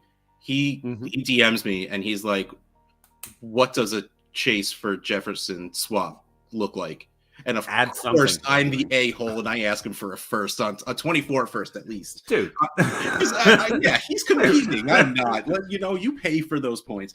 What the trade? No, I saw the trade Matt Jester was saying to go and do that. Go find the Chase owner, try and sell him Jefferson. You decrease the points per game. You get the only other wide receiver in that tier. That makes sense. Chase, Bailey, Zappi, because I have Max Jones on my team, and a 24 second. For Jefferson. So, yeah, the difference is whatever you want to add. An add on either side weights it to that side. Jamar Chase's value did not change because he's missing 4 games. Again, it just... Dynasty players are stupid, but they're not stupid. You know? They don't think that he's not good. Hopefully. I don't think. But good question. He is someone that, you should send offers on. Chase and a 2 first, Chase and a first. CeeDee Lamb, and I said Chase. CeeDee Lamb and a first for a guy competing. I mean, that would be an awesome trade for whoever's getting Chase, Dynasty theory-wise. So, yeah, but he's still worth max value. Yep. Andrew A. Schuster and Harmon on end of seal. That's supposed to be deals. MVS starts to walk. Yeah, I hate when we start to think like this. I mean, how much changed in terms of who's getting money and who's not getting money this year? You know, I mean, they can do more deals. And that, I don't wade in the contracts much to my Dynasty opinion of players. But you're right. Juju Smith-Schuster is going to be good. Gone, say. But if Tony doesn't come in and have that role, they're going to bring someone else in. You know? But yeah, I understand where you're coming from. And for trade value, if you're getting a good value on the ceilings there, I don't think Juju walks super easily, though. They want him there. No, I think he's going to get a contract of some sort. He's doing well enough. 18% target share. He's really increased over the last 3 weeks in terms of consistency of his red zone usage. I mean, yeah, Hardman and MVS let them go, and that's probably why they brought in Tony as well. Those guys. Yeah. They're going to give him a chance. They want him to spark, but yeah. And God, it would be awesome to see. Hurts is a system QB. Everyone's a system QB. But he's in that system, and he's going to be in that system. So that's fine. Price for Diggs, full PPR, pick-wise. The answer is an early first or two others. I don't know if I have it in my soul to give up an early first for Steph Diggs, but the answer is, yeah, you should do that because he's scoring a lot of points if you want to score points. Yeah, he's Devontae Adams. He's your team's situation dependent on what trade you'd be interested in taking or giving, unfortunately, because that's, again, Dynasty players are stupid. Don't forget the first part, but they're also not stupid. And we are stupid with age. So, yeah, he's worth 2 firsts, preferably one assumed to be mid to early. And that would be a fair trade in the right situation. Joe Carter, is 3 firsts and Javonte Williams enough for Josh Allen in a super flex? I think 3 firsts is like... In general, I mean, yes, that should do it. I don't see anyone trading Josh Allen just for picks and a hurt running back. But value-wise, yes, that should be enough to do it. It's difficult to trade for a quarterback without giving a quarterback. It's the unfortunate nature of, Daniel Jones having value. If this team is rebuilding and all they have is Josh Allen, maybe there's a chance they do that. Yeah. But yeah, that's fair. Whether you get it or not. I mean, chances are we're not going to get to this at this point, so I want to talk about it. Lincoln was here is saying, why is everyone so high on Bijan? I think people are way too high on him. Not saying he won't be good, but people would trade their house for him. Will he be better than CMC? Maybe he'll be CMC. Like, he's that good. CMC wasn't that good. CMC wasn't CMC when he got drafted. We thought he was a glorified receiving back. So Alvin Kamara was meant to be terrible, and to be fair, like I knew Kamara he was terrible, but he landed. It's a very rare profile to hit that way. So, like Kamara was a late second until the draft when he went to New Orleans, and all of a sudden people liked him. Here's the thing: Devi community is sharper than it used to be, and it was always, it wasn't dull. The last time, and I love that idea that they're wrong, that you're trading him way too much. And it can happen. Here's the thing. The last 2 times I was trying to make those jokes, it turned out to be Ezekiel Elliott. And I know what he is right now. He was worth it for like 3 years. Saquon Barkley and Christian McCaffrey. I've stopped betting against the Devi market in terms of the literal number 1 running back. Especially when you are me and you draft so much Corey Davis over those running backs. Yeah, they have not missed on a running back one since Trent Richardson. And I'll remind you that after his rookie season, Trent Richardson was considered a hit by everyone else because he actually did it in his rookie year. So, yeah, I don't doubt them on the running back one. I just don't. And I've done no research. I might look and be like, oh, no, this guy's fucking Ramondre Stevenson. But I doubt it very much. But, yeah, I also get confused since... they haven't done anything yet. I appreciate it, but especially with the running back one, I've learned to be like, damn it. Wait, we didn't actually answer that question though. That I read a later question. Should I trade Connor for a second if he comes back? Yes. Yes, but also with the 101 picks, should I pick Bijan or go QB? Whatever the value is at the time, you don't want to decide on a position. You have the 101. You either take the most valuable player or you trade back if you can. Clearly, I mean, but like if you have let's pretend you have the 101 and you want a quarterback, you take literally anything on top of the 102 and you trade back a spot. Because if they take Stroud, you get Young. If they take Young, you get Stroud. There's meant to be some good quarterbacks in this class, though, right? Like, if there's an Andrew Luck in this class, then you won't have to wonder because he'll be ranked above in Superflex. He'll be ranked above Bijan. But like right now, like the only Devi guy I talk to really is Kane Fassell at Devi_Kane. But right now he is saying Bijan over those quarterbacks in rookie drafts. Travis May. That's a guy I listen to for. Like, I'm always talking to Travis, so I normally know roughly where he's at before my research starts. And I'm pretty sure he's there too. And so hang in. Regardless of what you specifically personally think of Bijan, he's going to be a first-round startup pick. That's what the value is, regardless of if we are too high on him or not. That's the Gurley pick looks terrible right now. That's the other one. But like for 2 full years, you could literally get more than what he was worth in his rookie pick. So like they missed, but they're normally pretty good, and they're really certain on this one. Best guess. I traded CeeDee Lamb in a second for Tony today. And a second? It's your league, man. It's your team. I actually really like the energy of this is my guy. It's gonna happen. Dynasty, you shouldn't make too many of it. But yeah, I remember Swags, Shane Swager would in the 2020 draft kept trading CEH for Swift. He's like, Swift's my guy. I don't think CEH is good, but I couldn't do it during the draft, so I drafted him and then I made the trade. And I'm just like, but the value. And he's like, no, I know what I'm doing. And I'm like, cool. I wish I was that confident in anything in my life. Here's the thing, though. Like, did this guy say he wouldn't do any other? Yeah. Did you send CD for Tony? And he's like, why don't you add a second on top? In which case, I'm like, I love the energy. Go get your guy. But same with Swift for CAH. Like, if you're offering a guy drafted across all formats, like 10 rounds above, then say CD for Tony and a first, and you get a first as well. Like, that's not disrespectful to how much you like the player. Yeah.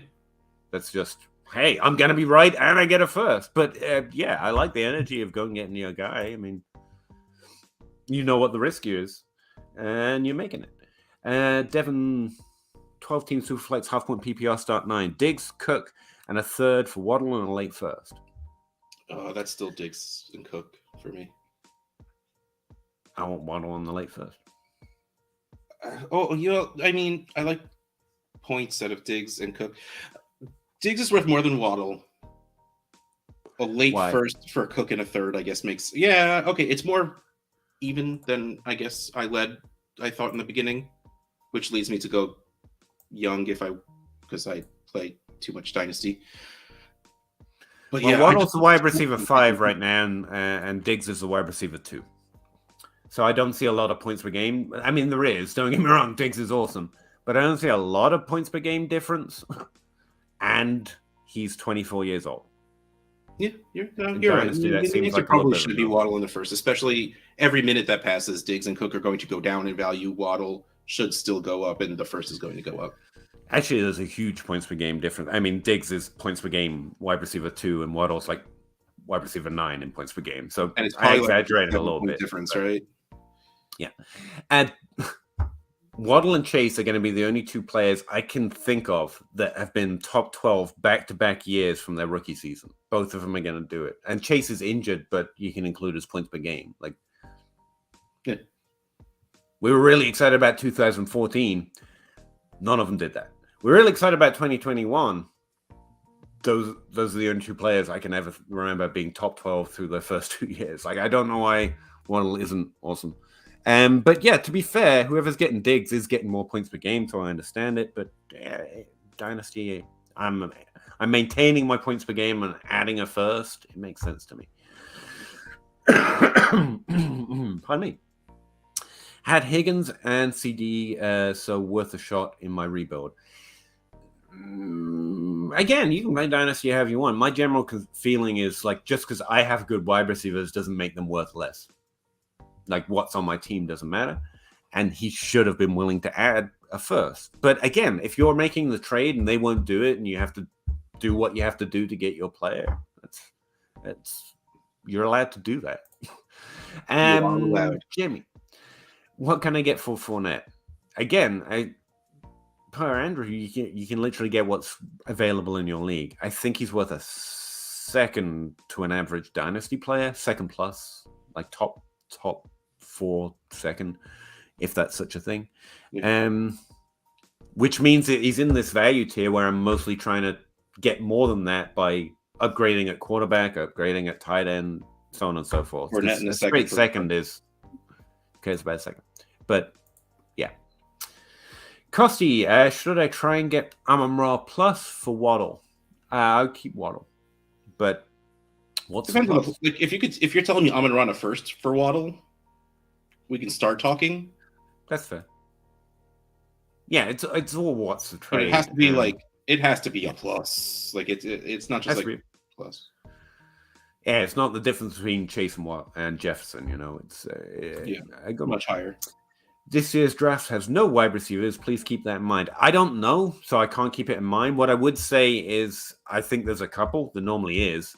And I know of at least one that to start the year, everyone's pants were on fire on. And I haven't checked in since, but JSM was meant to be the second coming at the wide receiver position. And I know Boutte. That's one. He's meant to be pretty good too. There's going to be a couple, whether you believe in them or not. Or whether they declare or not, there's going to be someone who believes in them. Wide receiver age is... I haven't looked actually recently. Nah, it's fine. It's always... The average of the top 12 is always between 26 and 27. It's just stable. How does it work in the supplemental rookie draft if you have 3 rounds but 6 picks? Do you just choose which 3 to draft? I've never done a supplemental rookie draft. Russ, you've run a lot of leagues. Supplemental rookie draft. If you have 3 rounds but 6 picks, do you just choose which 3 to drop at the end? I got to be honest. I don't understand this question. Oh, okay. I've never done a supplemental rookie draft, so I will kick it upstairs. Ryan might know. At Dynasty Outhouse, DM me with more specifics of this, and I'll hopefully be able to answer your question. There you go. Or I'll kick you upstairs to Ryan or Scott. Oh yeah, Ryan MP23 or Scottfish24. They know everything. Yeah, and if this is specifically you're a commissioner, I would say, is the Commission Possible podcast still going? It's an off-season show, but yes, go. Awesome show. If you have never listened to the Commission Possible, you can binge the whole thing because they're all pretty evergreen and they're fantastic. Andrew A, I agree with Roto World. I'm guessing that's on the wide receiver things. Yeah. Oh no! Wait. I you read something about Pickens, I think it was that you. Oh right, that he's just a deep ball guy. Cool. Pat Fairmouth or Jacoby Myers, tight end premium, PPR 10. That's Muth. If it's Dynasty, it's Muth. The value is there for Muth in Dynasty, yes. I don't want points this season. That's unfortunate. Would you trade Swift for Javonte Williams? Yes. Yeah, that's what honestly. I mean, I don't think you have to, but again, to what we're talking about with Andrews, if you have, yeah, I will. I want at least a second on top of Javonte, but honestly, if it came down to it, no, I can't do that straight. I am worried. No, you just couldn't bring yourself to. I was about to say, like, if it came down to it, I would, but I really can't. Like, you've got Addison. And I feel comfortable to say Javonte Williams will be able to come back because he really messed up his knee in week 4. He did really mess it up. Like J.K. Dobbins level messed up his knee, and not to say 2 people will ever deal with an injury the same way. Look what's going on with Dobbins, and he did that in August. So, like, if you're willing to wait for Javonte to gain value or score you points for 2 years? Go for it. I would, despite that, but the first trade I'm sending a plus. Like I want Javonte in a second. At least a second. I think that's an honestly fair offer to the Swift owner. Oh, yeah. You know what I mean. Yeah. Josh, 14 teams who flex Waddle and Dalvin Cook or Hall and a top 5 23 first. Waddle and Cook or Hall and a top 5. Oof. That's tough, actually. I'd take Waddle and Cook because it's what's in front of me. I know Waddle is very, very good. And if I want points, I keep Dalvin. If not, I try and move Dalvin by himself to get whatever I can. I love Breece Hall, the idea of Breece Hall going forward. And a top 5 23 first in a 14-team Superflex is going to be insanely valuable. But we know Waddle. We know how good he is. There's going to be someone who wants, especially in a 14-team league, is going to want Cook's points at some point. I would. Someone's going. In fact, a couple players going in the top 5 are going to make you regret doing this trade if you could have drafted them. I'm comfortable with the good Devy community enough to believe that, but I want Waddle. That's why I play. Exactly what Peter said. You won't feel great about it, but I think the answer is still Waddle. I mean. Yeah. Dylan, 12-team Superflex PPR half point 1.5 tight end premium start 10. Would you consider upgrading Kyler Watson to Mahomes if in full rebuild? Kyler and Mahomes. I mean, well, yeah. Are you saying you're offering them to, or you just want to move up to Mahomes? I'm all for moving to Mahomes. Yeah. But at 523 first, loads of wide receivers. Yeah. I would do that. As always, depends on the price. Like, if you could do like Watson, a first, and a young wide receiver that isn't proven yet to get to Mahomes, to have Kyler and Mahomes as your quarterbacks, I love that. I mean, I'm just going to throw it out there. This isn't going to happen. But if the people in your league are mega brains like the DLF rankers in Superflex, try Josh Allen first because he's ranked under Mahomes. Still above Allen? Except for my ranks. I think I'm the only guy who still has Josh Allen. I was wrong on Josh Allen for a while. And I was just like, I should really just accept this. How many years do we need him to be the QB1 by a lot of points? A couple more, apparently. But when he's too in your league, it's not going to happen. The Josh Allen owner is not like he runs too much. So it's not going to happen. But I was just throwing it out there on a chance we're going to pray. Bad online draft this year, especially compared to the 2022 draft. That sucks for a lot of teams. That's really going to suck for a lot of teams because the vets, experienced players, and O-line, I think is what Travis said was the main focus of the NFL for this draft. So I don't know. Hopefully, some of them develop. I don't know. Trade we are very far behind. Yes, I'm gonna hate myself by the end of this. 14 more than I do. 14 Superflex. Win now. Higgins and Geno for 2 early 23 seconds. No. 24 first. No. Higgins. Wait. If he's win now, he's getting that, surely. Yes, give those picks for Higgins. Oh yeah, cool. Yes. Geno too. Geno and Higgins for this year, especially. Those are some high valued seconds right there. Those picks to give away, yeah. Mm-hmm. Always value wide receivers tied to good QBs. Somewhat disagree, but broadly speaking, actually, the percentages kind of work in your favor. Next year, Shakir may do better. I really like Shakir. I liked that player where he was taken in rookie drafts. Again, typically, wide receivers who don't do much in their rookie seasons don't show up later unless there's a really good reason. Pittman's injury, Rondon Moore injury, and also not playing for 2 years before that. And he's showing out a little bit more. This is my concern with David Bell, to be honest. Better than Lyndon Wilson, but patience needed. Patience is a good quality to have. I don't have again.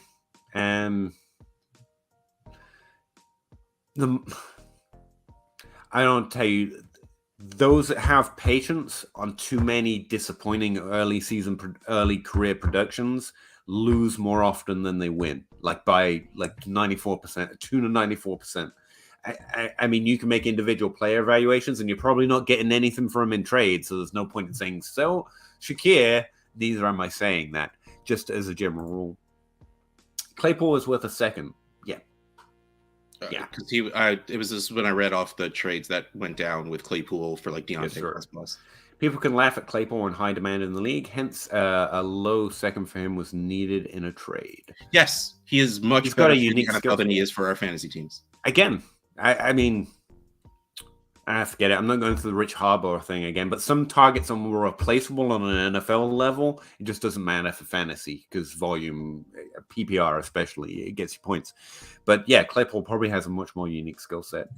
Although who was I talking to the other day who was saying he was terrible at contested catches, which didn't add up. I mean, he does it anyway somehow. Chicago had to use their second, not the one from Baltimore, for the linebacker. Yeah, it was a really interesting trade. I'm encouraged to see the NFL. He also loves Higgins, so there you go, Russ. There's two of you. It's really interesting to see the NFL just completing more trades. That's what I'm trying to say in general. Hey guys, 12 team, half-point PPR, non-superflex, 4-4 record, looking at a 3-way trade, which would result. I've never completed one of those, Davis, Zay, Madison, Pierce, a 23 third for Hill, Khalil Herbert, and a 24 first. Davis? Mills? Looking at a 3-way trade, which results in giving Gabe Davis, Zay Jones, Alexander. Oh, Gabe Davis. So you're giving Pierce for... I like it. Is that Tyreek Hill? Well, I wasn't even sure that was Gabe Davis. I can't think of first names that would stop me liking the Hill, Khalil Herberts, and the first. If there's a different Hill I'm thinking of, the answer is so easily yes, do that. Yeah, Hill in the first. Yeah. Hey, Rick. Shattered ankle. Lanvey. Is this a rookie? Lance. I don't know. Lance. Oh, yeah. Fields way better than Lance on a worse team. I can't make too many football ability decisions. They have access to the same kind of ROI when healthy. 12 teams to flex rebuild. What kind of receivers would you target with? We went through this, right? Like I was like, CeeDee Lamb is probably valued lower, so you could get a plus. Anyone. But he's straight up for Jalen Waddle. Yeah. Or just hold. If you're scoring points, if you're trying to win, Kenneth Walker's fine. Like you play him. It's not a matter of holding if you're going to use him for his points. Unless you can get a trade like an Alvin Kamara plus something where you're trying to do both value and points, which is always kind of the dynasty move. Josh Jacobs had a disappointing season. Well, he said he's in a week last week. Oh yeah, he did. Sorry, forget. So yeah, you're just looking for young wide receivers and start at wide receiver 3 and go down. Mm-hmm. PPR 1 QB Terry plus Paris Campbell. He's got value again. Or Deontay and Gainwell. Terry and Paris. I want Terry and Paris. They're scoring points, man. Terry isn't scoring They're scoring points. Terry isn't scoring points. He's double digits the past. What's Deontay doing right now? He's getting a lot of volume, man. So it's Najee. How's that working? The only person in this trade that has top 12 upside is Deontay, and he equals anyone's points right now. So I just take Deontay. But I think what we're getting from this is it's fair. Take your favorite player. Yes. Oh, yes. No, value-wise, it's a fair trade, but I would take the points of Terry and Paris. Yeah, I get. Yeah, that's why I was a little cautious on him coming into this year. I just, especially at quarterback, I need to see it because I can't find anything that gives me a greater degree of certainty that a player is going to be good. There are some exceptions. Patrick Mahomes stood out like a sore thumb. So did Andrew Luck, but everyone kind of knew that Andrew Luck won. But yeah, agree on Fields. Wow, we get some right.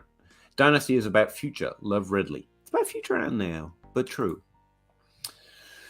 I'm enjoying the content regardless of volume. Is my volume low or too loud?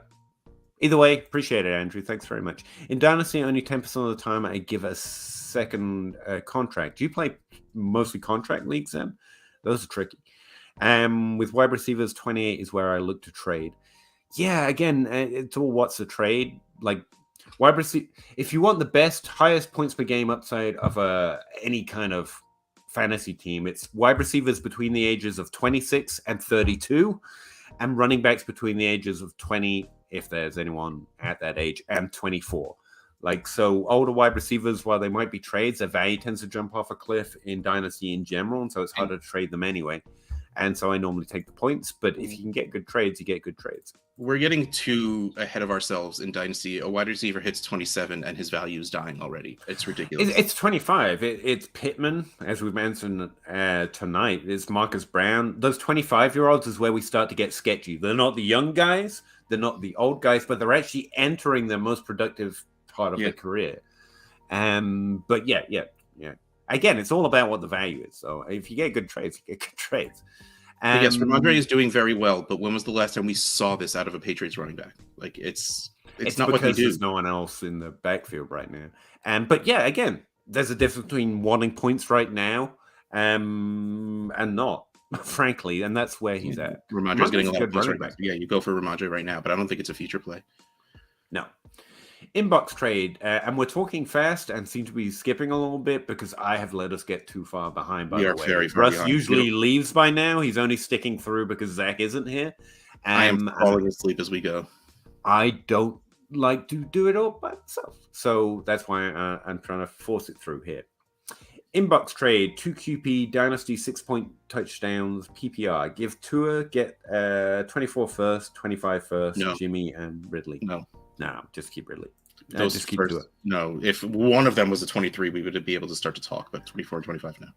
Any questions we don't get to, because it might happen tonight with that Zach and the late time, feel free to drop them on the video on YouTube or Twitch. I guess you can do that, and I will go back through them and try to offer answers to them if we don't get to them tonight. I have no life. It's fine. Russ does. 10 teams who flex start 9. 2 and 6 out of the players, Hawk and Dalvin Cook for ETN. Yeah, ETN there. I mean, that feels like giving up a lot, but yeah, just go do it anyway. He also has Kelsey and Pitts, which is nice. It's nice. London and Pitts, same guy, each eating off each other's plate. They're only the same guy because the team doesn't want to use either of them right now for some reason. Yeah, they're kind of just, they're not bad. Well, that's the wrong way of saying it, but yeah, I'll just take it. And rebuilding, other quarterbacks are Mahomes and Watson. He asked a question before. I just don't remember what it was. That's a Tua trade. Oh, yeah, it doesn't even matter what your other teams are. It doesn't matter. You still just, that's not good for Tua. Walker is special. Yes, Walker is a very, very, very good runner of the football. Again, I don't think we've mentioned him with any running back I wouldn't be happy to call a very special talent. Like, again, Chubb, Emery, very special talents. You think he's more special than them? I would disagree. But that's just because I like those two guys. He's very good, yeah. What's a fair offer for JT if I want to trade for him?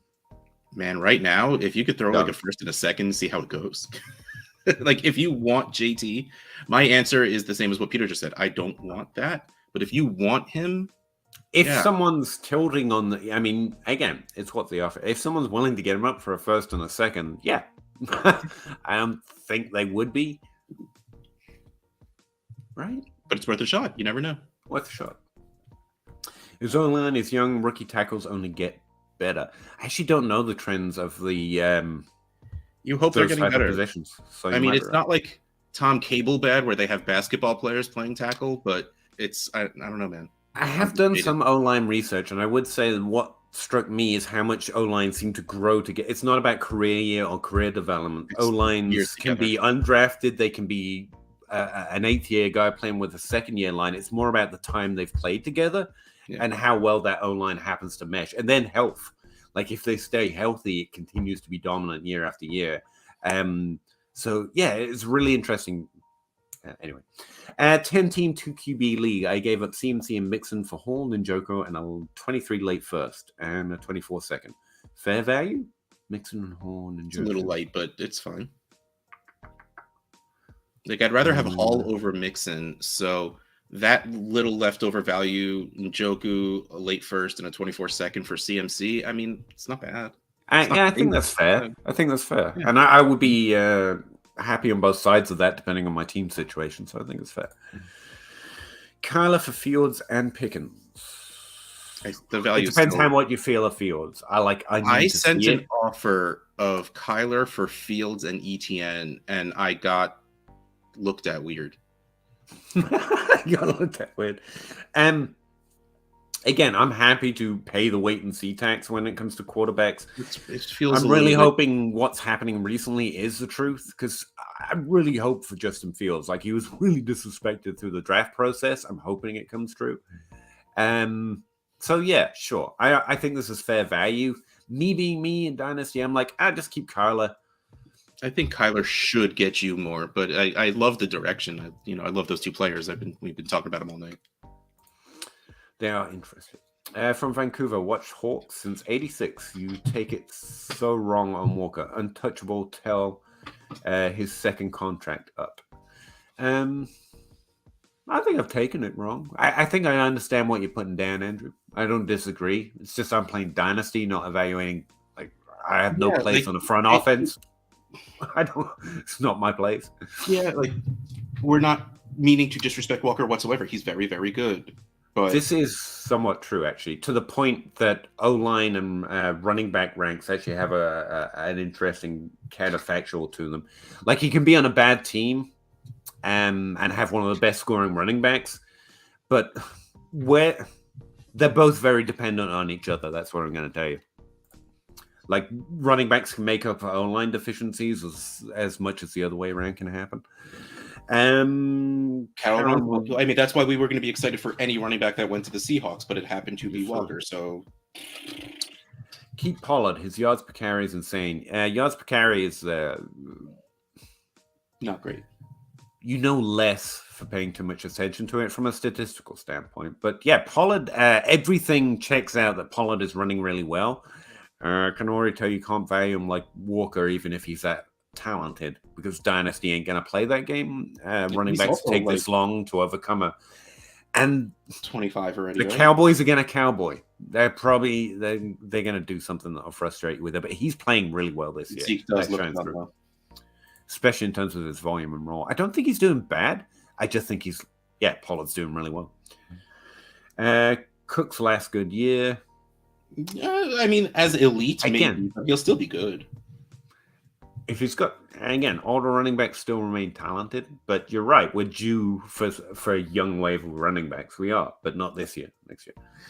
I asked earlier about what I could get for Dalvin Cook. My wide receivers are Olave, London, CD, and Wandell. I have Hawk, Pitts, and Kelsey at tight end. I think I remember this, but I can do it again. Ready for bed. No, I mean, our answers aren't going to change based on who you have, unless we told you to go after these exact players. But what we said with Dalvin Cook is his value is at that nasty point where you can't trade him. I mean, he's worth a second, but worth more than a second. So what we said is push that value into the quarterback situation. Because is this a guy with Rodgers and Brady. Yeah. Like, add him to the quarterbacks and should go for a young quarterback. Yeah. Flo, I thought that sticker was part of the sweater logo. Yeah, that was me. We just got to the sticker moment. We are, like an hour and 10 minutes behind? Oh, no, we're an hour and 40 minutes behind. We're bad. Trying to skip over some reactions here. Yep, keep going. I don't understand what that means. Don't worry about it. It's a drug. Gavin's got one. 12 teams to flex, start 10. A half-point PPR. Give 2 late seconds in 23 for with Kirk and Gallup. Got Jacobs, Rashad White. That's an interesting one. And 2 late 23 thirds. I actually love that trade. I would rather have the seconds in Kirk and Gallup. I mean, Jacobs is going to get you points, but the rest that's where I was leaning. Yeah, Kirk isn't not getting points. It seemed to me like a situation trade, but the other side still got a little draft capital, and I kind of like that. I would rather keep Kirk or throw a second and change for a Miles Sanders. Why do you want running back 2 points? We're not getting into it. Lincoln was here. Hey, Lincoln. What is Greg Lutz worth in 1.5 tight end premium? No tight end is worth very much until they're worth way too much, unless you're Kyle Pitts. 5 points per reception. Holy crap. Ryan McDowell recently said, and so I get to lean into liking Dulcich, or Dulcich. Sorry. He's a top 5 dynasty tight end, so especially with that premium, he should be worth a first, right? He's been doing really well ever since he got healthy and came back, and in a system and with a quarterback that don't usually use tight ends. So I think he might be it. We have yet to see him use it in the red zone, by the way. He's only got one target inside the 10-yard line. That's a little weird. Saying. But still, he's catching balls. He could ramp up. It's only been 3 weeks. That's the thing. Tight ends usually have at least 8 to 11% target share in that range, and the team likes to throw it in the red zone too. I can start up to 3 tight. Yeah, I think. Yeah, first premium. You start. Yeah, you start. Keep Dulcich and start. I think it's a start. Why is everyone so high on Bajon? Okay, this is the one you were responding. I didn't think we would get to it because I figured I'd be asleep by now. 12 team, 1 QB, start 7. If you need to go, you can. I'm getting pretty close to it. Give Javonte and Sanders, get Derrick Henry or Kamara. No. On the Javonte side. Again, if you're trying to win, either of those players is good for that. Honestly, it's pick your poison. I always take the receiver because I'm a dynasty nerd. And I like receiving, but either is a great player who's going to get you points. I would choose Henry over Kamara because Kamara... He's so much fun, to be fair. But man, that feels like a lot. But to only start 7, I don't care about Sanders. Yeah, no, that's fine. If I want to score points, I'll give up that to go get Derrick Henry. Foreman and a 23 first for Jameson. No, Jameson Williams should be worth 1. I mean, I don't mind giving Foreman. Depends when that first is. If that's a late first, maybe. I'd still hold on to the first. Yeah, probably.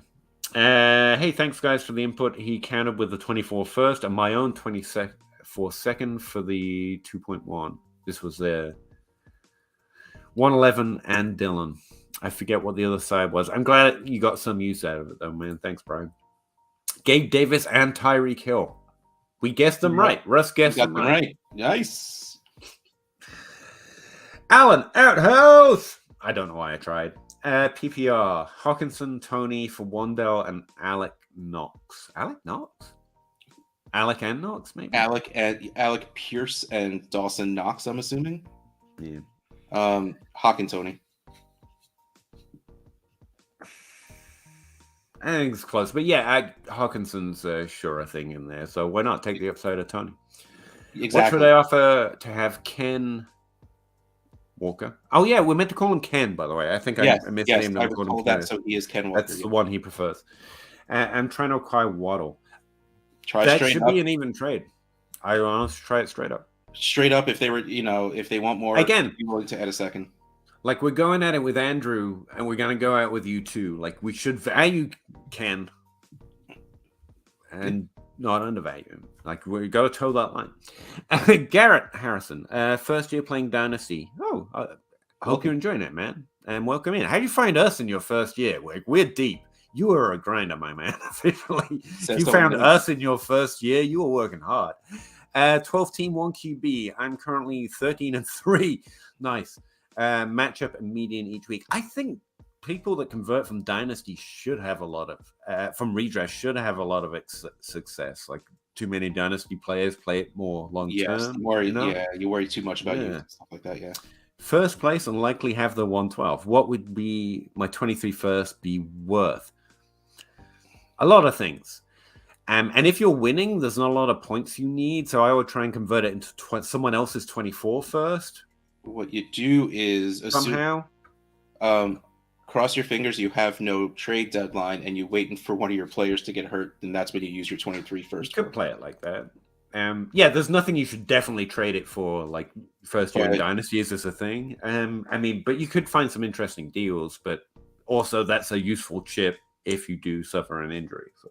I mean, right now, And players do fall. I mean, it's meant to be a thick rookie draft. Like even in 2021, there were some people scraping up good value at the end of the first round. Sometimes tight ends fall there, quarterbacks fall there, especially if it's one QB. You can still find advantages with that first, so you don't have to give it up. yeah. I mean, like wide receiver wise, like if you have someone who still only values Olave as one first, it's worth a shot because he's still young and very good. We were talking about Pickens. I'm not really into giving a first for him just yet, even though I do have an offer sitting for Bob Gilchrist of a late first for Pickens and a third, because what he asked before was ridiculous. But yeah, like don't just give it away to give it away is what it comes down to. Wait until you need to. If you have a trade deadline and you want to worry about it, then you still hopefully have a couple of weeks.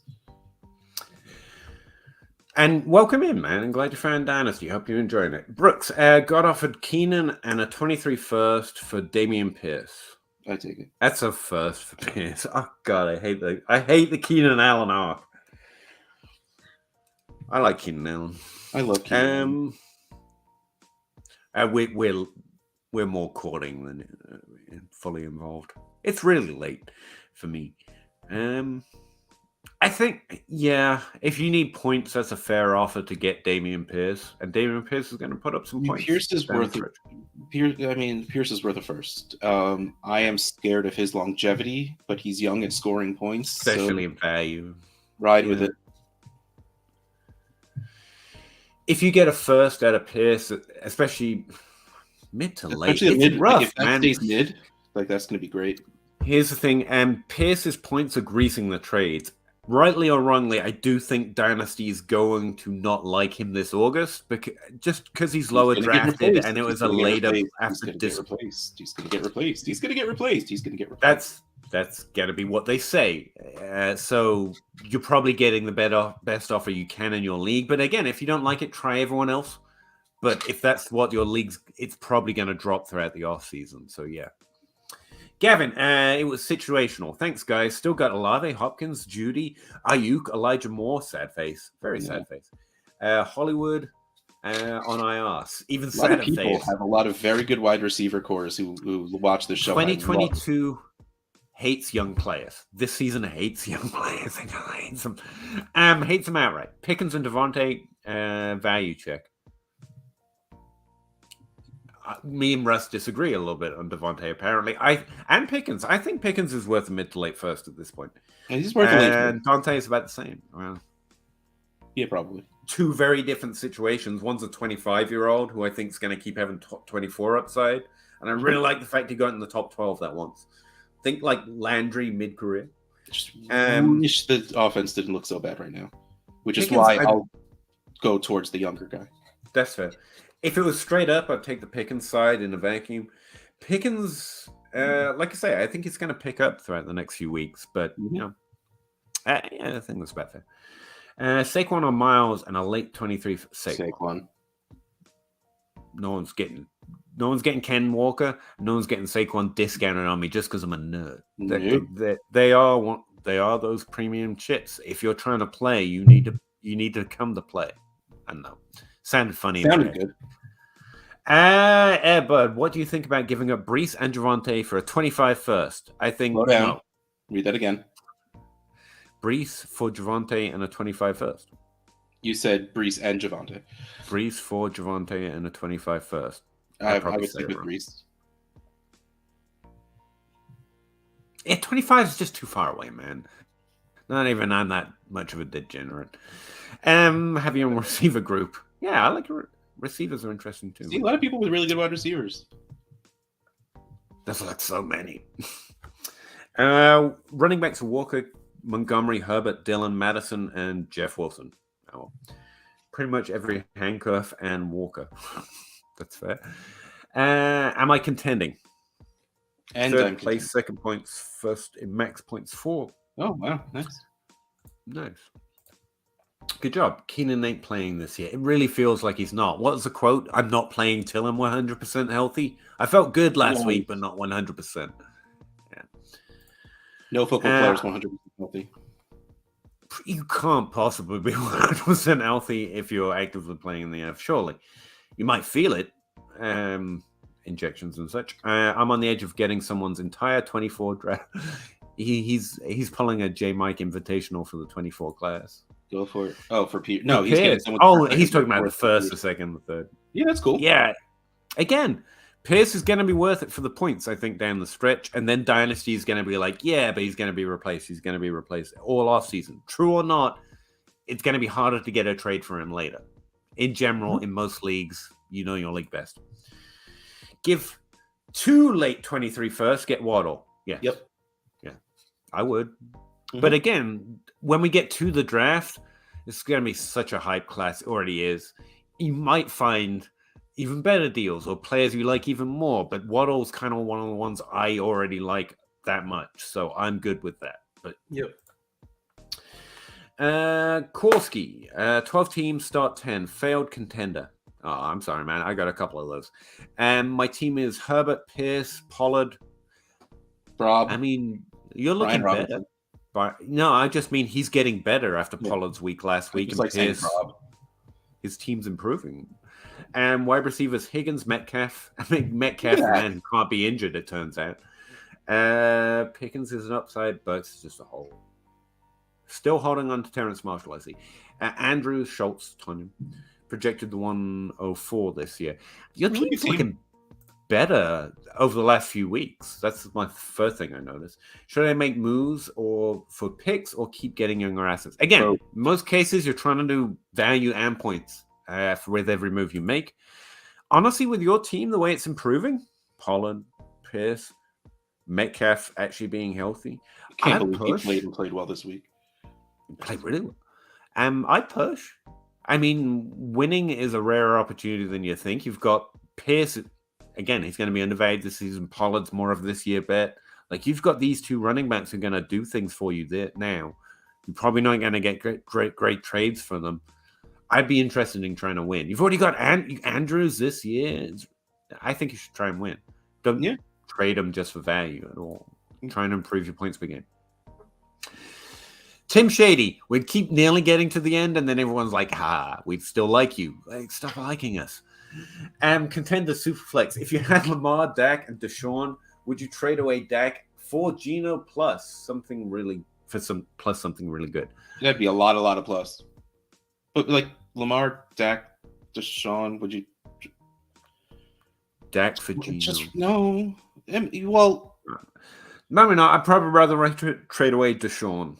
Yep. But you're probably going to need to see the points before anyone's willing to do it. Week 11, it comes back, week 12, right? Week 11, you sell Deshaun and ride Lamar and Dak and hopefully get top 5 quarterback trade value out of Deshaun. Lamar well valued, Dak undervalued, Deshaun is just in this holding pattern. Wait till he comes back, and then that's probably the guy I'd be interested in trading. What's to his value in a 1 QB league? Second. Late first. Late first, early second. Would you give a late first for Javonte? Yes. Nope. I started with Najee. That's rough. So that's why, Najee's been really rough, to be fair. Yeah. What kind of value do you think Brees has at the moment in terms of numbers of firsts? 2+? 2+?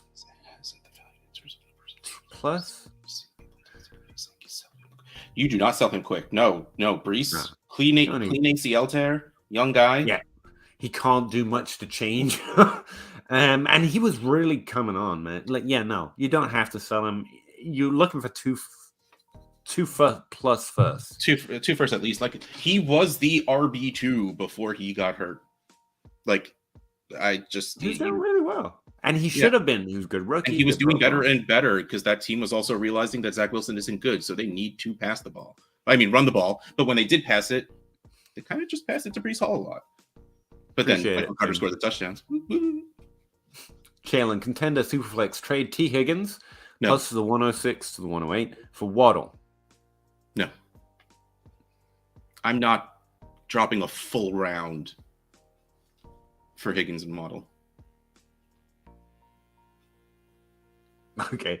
I don't think you have to. It's close enough. But I prefer Waddle, and I don't mind losing that. 1-to-1, yes, I prefer Waddle, but man, a full round, I don't think I do it. In a rookie draft, in a full round isn't. In this draft, yeah, I don't think I do it. I'm not so confident every pick I make is great, but it's fine. You're probably right in vain. Bud, saw someone's. Well, you are right in vain. Saw someone's Dynasty podcasters. Saw some Dynasty podcasters say that Brees this week for Pickens, and starting to think if I should do that. No, that's too much for Pickens. Why? Pickens could be real special. Brees Hall isn't at the running back. Well, he's good at the running back position already. That's I'm nice. going to be a company man right now. Subscribe to dynastyleaguefootball.com. You could use the DLF trade finder. Go look at the trades that are happening for Brees Hall right now. That is not good. Like your league's your league. What I would say is, if you want Pickens, I can't blame you. I think he can get a better deal. A first on top of him. Like that's how far apart that is. That is not. To Andrew's point about Tony, if you do this and Pickens hits his ceiling, you're feeling like a pretty smart guy. But again, you don't do it if you don't have to. And if you Pickens want has to be do a it, top it's your team. 5'6" wide receiver.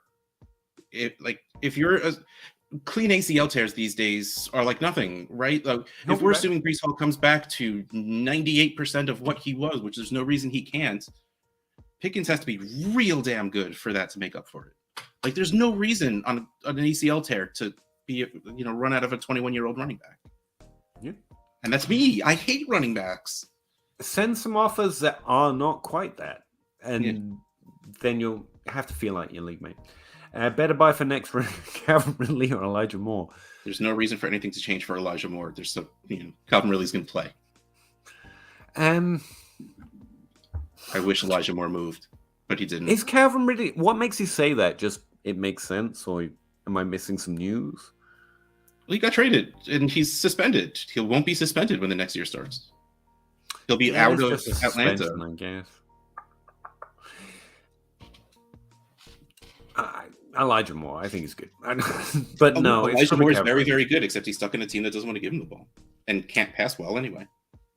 But he sounds so sassy in the interviews, and you get to feel like you're part of it. I did, yeah. I would know if get the ball. Loved it. I would know. I get a ball. Lincoln, I too excited on Rondell Moore. It's been great to see him come back after that rookie. Again, it's nice to have another proof that the exception can be injured. Because there's been very few of them in history. Now we've got Pittman. Now we've got Moore. Awesome. Hey, maybe Paris Campbell. And I didn't like that guy. Mike Williams. That's a fantasy prospect. Mike Williams. Yeah, that's somewhat fair. Yeah, somewhat fair. I'm going to argue with it this late. Appreciate the wisdom, love. Stopping by. I really appreciate you stopping by. Man. Yes, thanks. very much so. Armand Paul, would you trade Swift for AJ Brown in a second? Yes. I want AJ Brown. I would do Swift for AJ Brown. Second's awesome. As a rebuilder, would you trade Dante Foreman for a third? No. Oh, Deontay Foreman for a third. No. It's not worth it. Like, there's got to be something better you could do. Foreman and something for something. Like, there's got to be a better way to do it. I traded right as I go out of focus. I was the competing side of it, but I had a very early second. I traded my early second for Foreman and a late second. So the rebuilder got in a very early second out of it. Like, so try and find things to add to Foreman to get you something better, because a third is not going to get you anywhere in a rebuild. I was offered a third last week for like Tim Patrick, who is on all of my rosters. And I said no. It's perfectly valid, and I probably should have taken it, but you got to give people things people want for things that they have. Just basic trade rules. And while it's fair, and I probably should have done it, like I like Tim Patrick, so you just hold it. So some players can be worth a third, and they're not gonna do that. So you got to kind of find a way of making a trade where you're getting that value, for that player, but they're actually getting something they want. If you have Deontay Foreman, you can accept a third. But Russ is right. I mean, who wants a third? Doesn't do much, but you can. It's fine. It's fair. That's where the value's at. Just some thoughts. Should I try and send my 104 projected for Brian Robinson for Brees? You don't have to buy a running back. Just because of what this draft class is, I don't think you have to, and you definitely don't have to do it Not now. this year. Like, I mean, if you're the 104, you're not looking for points. Brees is fine at that value, to be honest, but I think you can pick what you want with the 104 by the time the draft rolls around. So ask yourself, is that the best you can do? I do love acquiring Brees, though. So, but yeah, like you're also making your team worse by taking on no more. That's points. True. It's too early to really project the exact spot. You know your pick is going to be early, in which case, with the running backs that are coming in and Brees Hall being hurt this whole year, there's a chance this draft comes around and you're getting Brees and a decent plus for that 104. That's fair. I think if you just love Brees, you're like, I want a top 5 running back for a single first, then I think it's absolutely fair. It's normally not the way I go. Also, thoughts on Justin Fields. Russ loves him. Me, I just don't have a strong reason to tell you quarterbacks are good or bad. The little that I do know says Fields should have been good, and I'm really hopeful the last few weeks are true. I just found more stickers. I went to scratch my back and I found another freaking sticker. What are good running backs to buy on that's the thing. This is a weird year where there are running backs to buy low on for a non-contender. For a contending team, you're looking at the older guys and the guys who are going to be devalued. So Pierce, like we've suggested a few times, people trade them away for value. That's because they have more value to a contender. Pierce is a good one.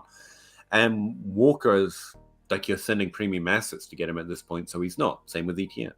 So it's Jacobs, Alvin Kamara, Damian Pierce, Ramondre Stevenson, moving down the value here. Those are the best guys to go and get if you want points at the running back position, I think. Russ has any to add. Mike Williams and a late 23 first for Pittman and Sanders.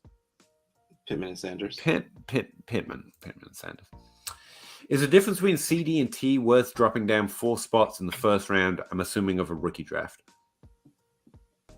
Thank you, Jaden. Oh, so like CD and the 105 for T and the 109? Yeah, kind of a thing. Yes. I would take T and the higher pick. I'd take CD Lamb. So, yeah.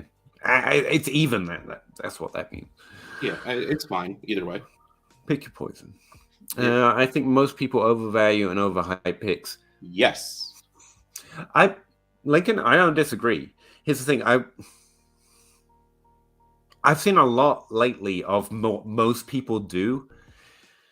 And if we hear something a lot, and I hear this a lot, then the majority are the ones who say this, not the other thing. If you know what I mean? And I don't know where it's at right now. I know most content that is popular, most content that most people are listening to and play fantasy is redraft centered.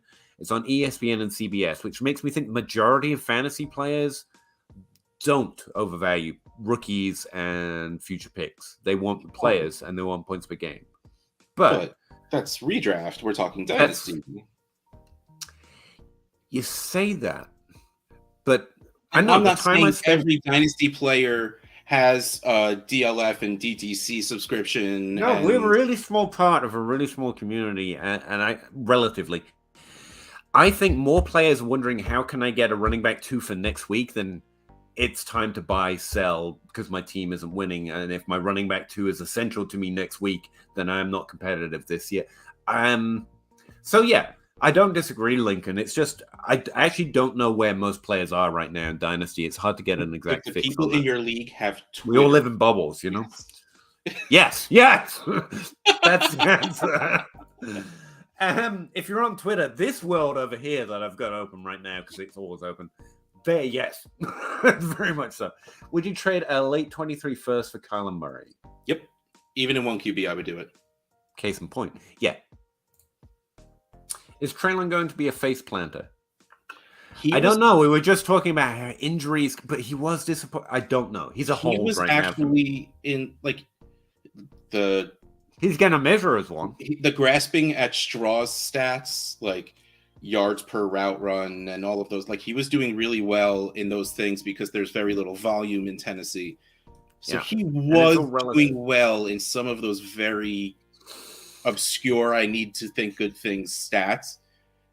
But he's going to measure as a face planter. I liked his profile well enough, like Rondon Moore, that I'm willing to plant my face. That's kind of where his value I have more faith in Treylon than I did in Rager. Yeah. I like Treylon more than... Wow, I really like Rager. To be fair, to fully own that, I really like Rager. But at this point in Rager's rookie year, it was... Okay, Rager isn't that one. Rager. That ceiling is gone. We knew Treylon can come back and still be what we thought Treylon Burks was. Burks has done more than Rager did this point in their rookie season. That's a good point. He's a strong hold for me. If I'm like I said, if I'm rebuilding, I can't buy in. If I have some extra value, I'm interested in taking some shots. Mostly, I'm just holding him where I can, unless I'm trying to compete. What are your top 5 running back ranks for 2023? Don't have time to pull them up. I mean, there's a rookie, but we can't rank him yet because we don't put him on there. It's going to be Saquon Barkley, CMC. No. For the 23 draft. He wants... Oh, sorry. I thought you were talking about Dynasty. I don't know. I only know the one. I know 2 names. I know. No, wait. I can do this. I know 2. It's Bijan Robinson, who I'm saying wrong, and then Gibbs, whose first name I don't know. And then there's a guy named Tank Bigsby because his name is Tank. Ooh, that sounds like a fun name. Yeah, he's in that too. Sorry, man. Jahmyr Gibbs. Again, Devi Kane and also Travis May. They can fill you up on Devi content. I won't start my process till pretty much the off season, and I'll still catch up. I'll catch up by the draft. And I don't have to wonder about who's going to be declaring because I pretty much know by the time it's time. Yeah. I probably should have mentioned I have the 104 this year. No seconds, thirds. 324 first. That's nice.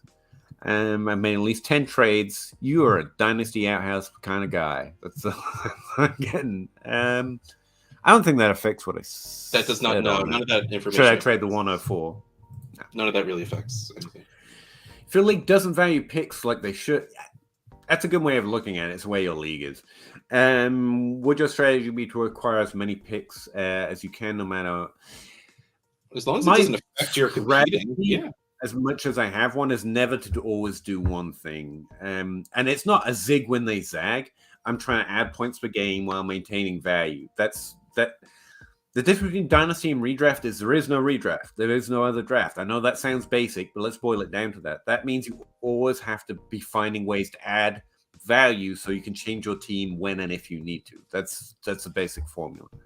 So I'm never trying to just add picks because, again, they can be undervalued. Picks miss at a high rate in rookie drafts, like a really high rate.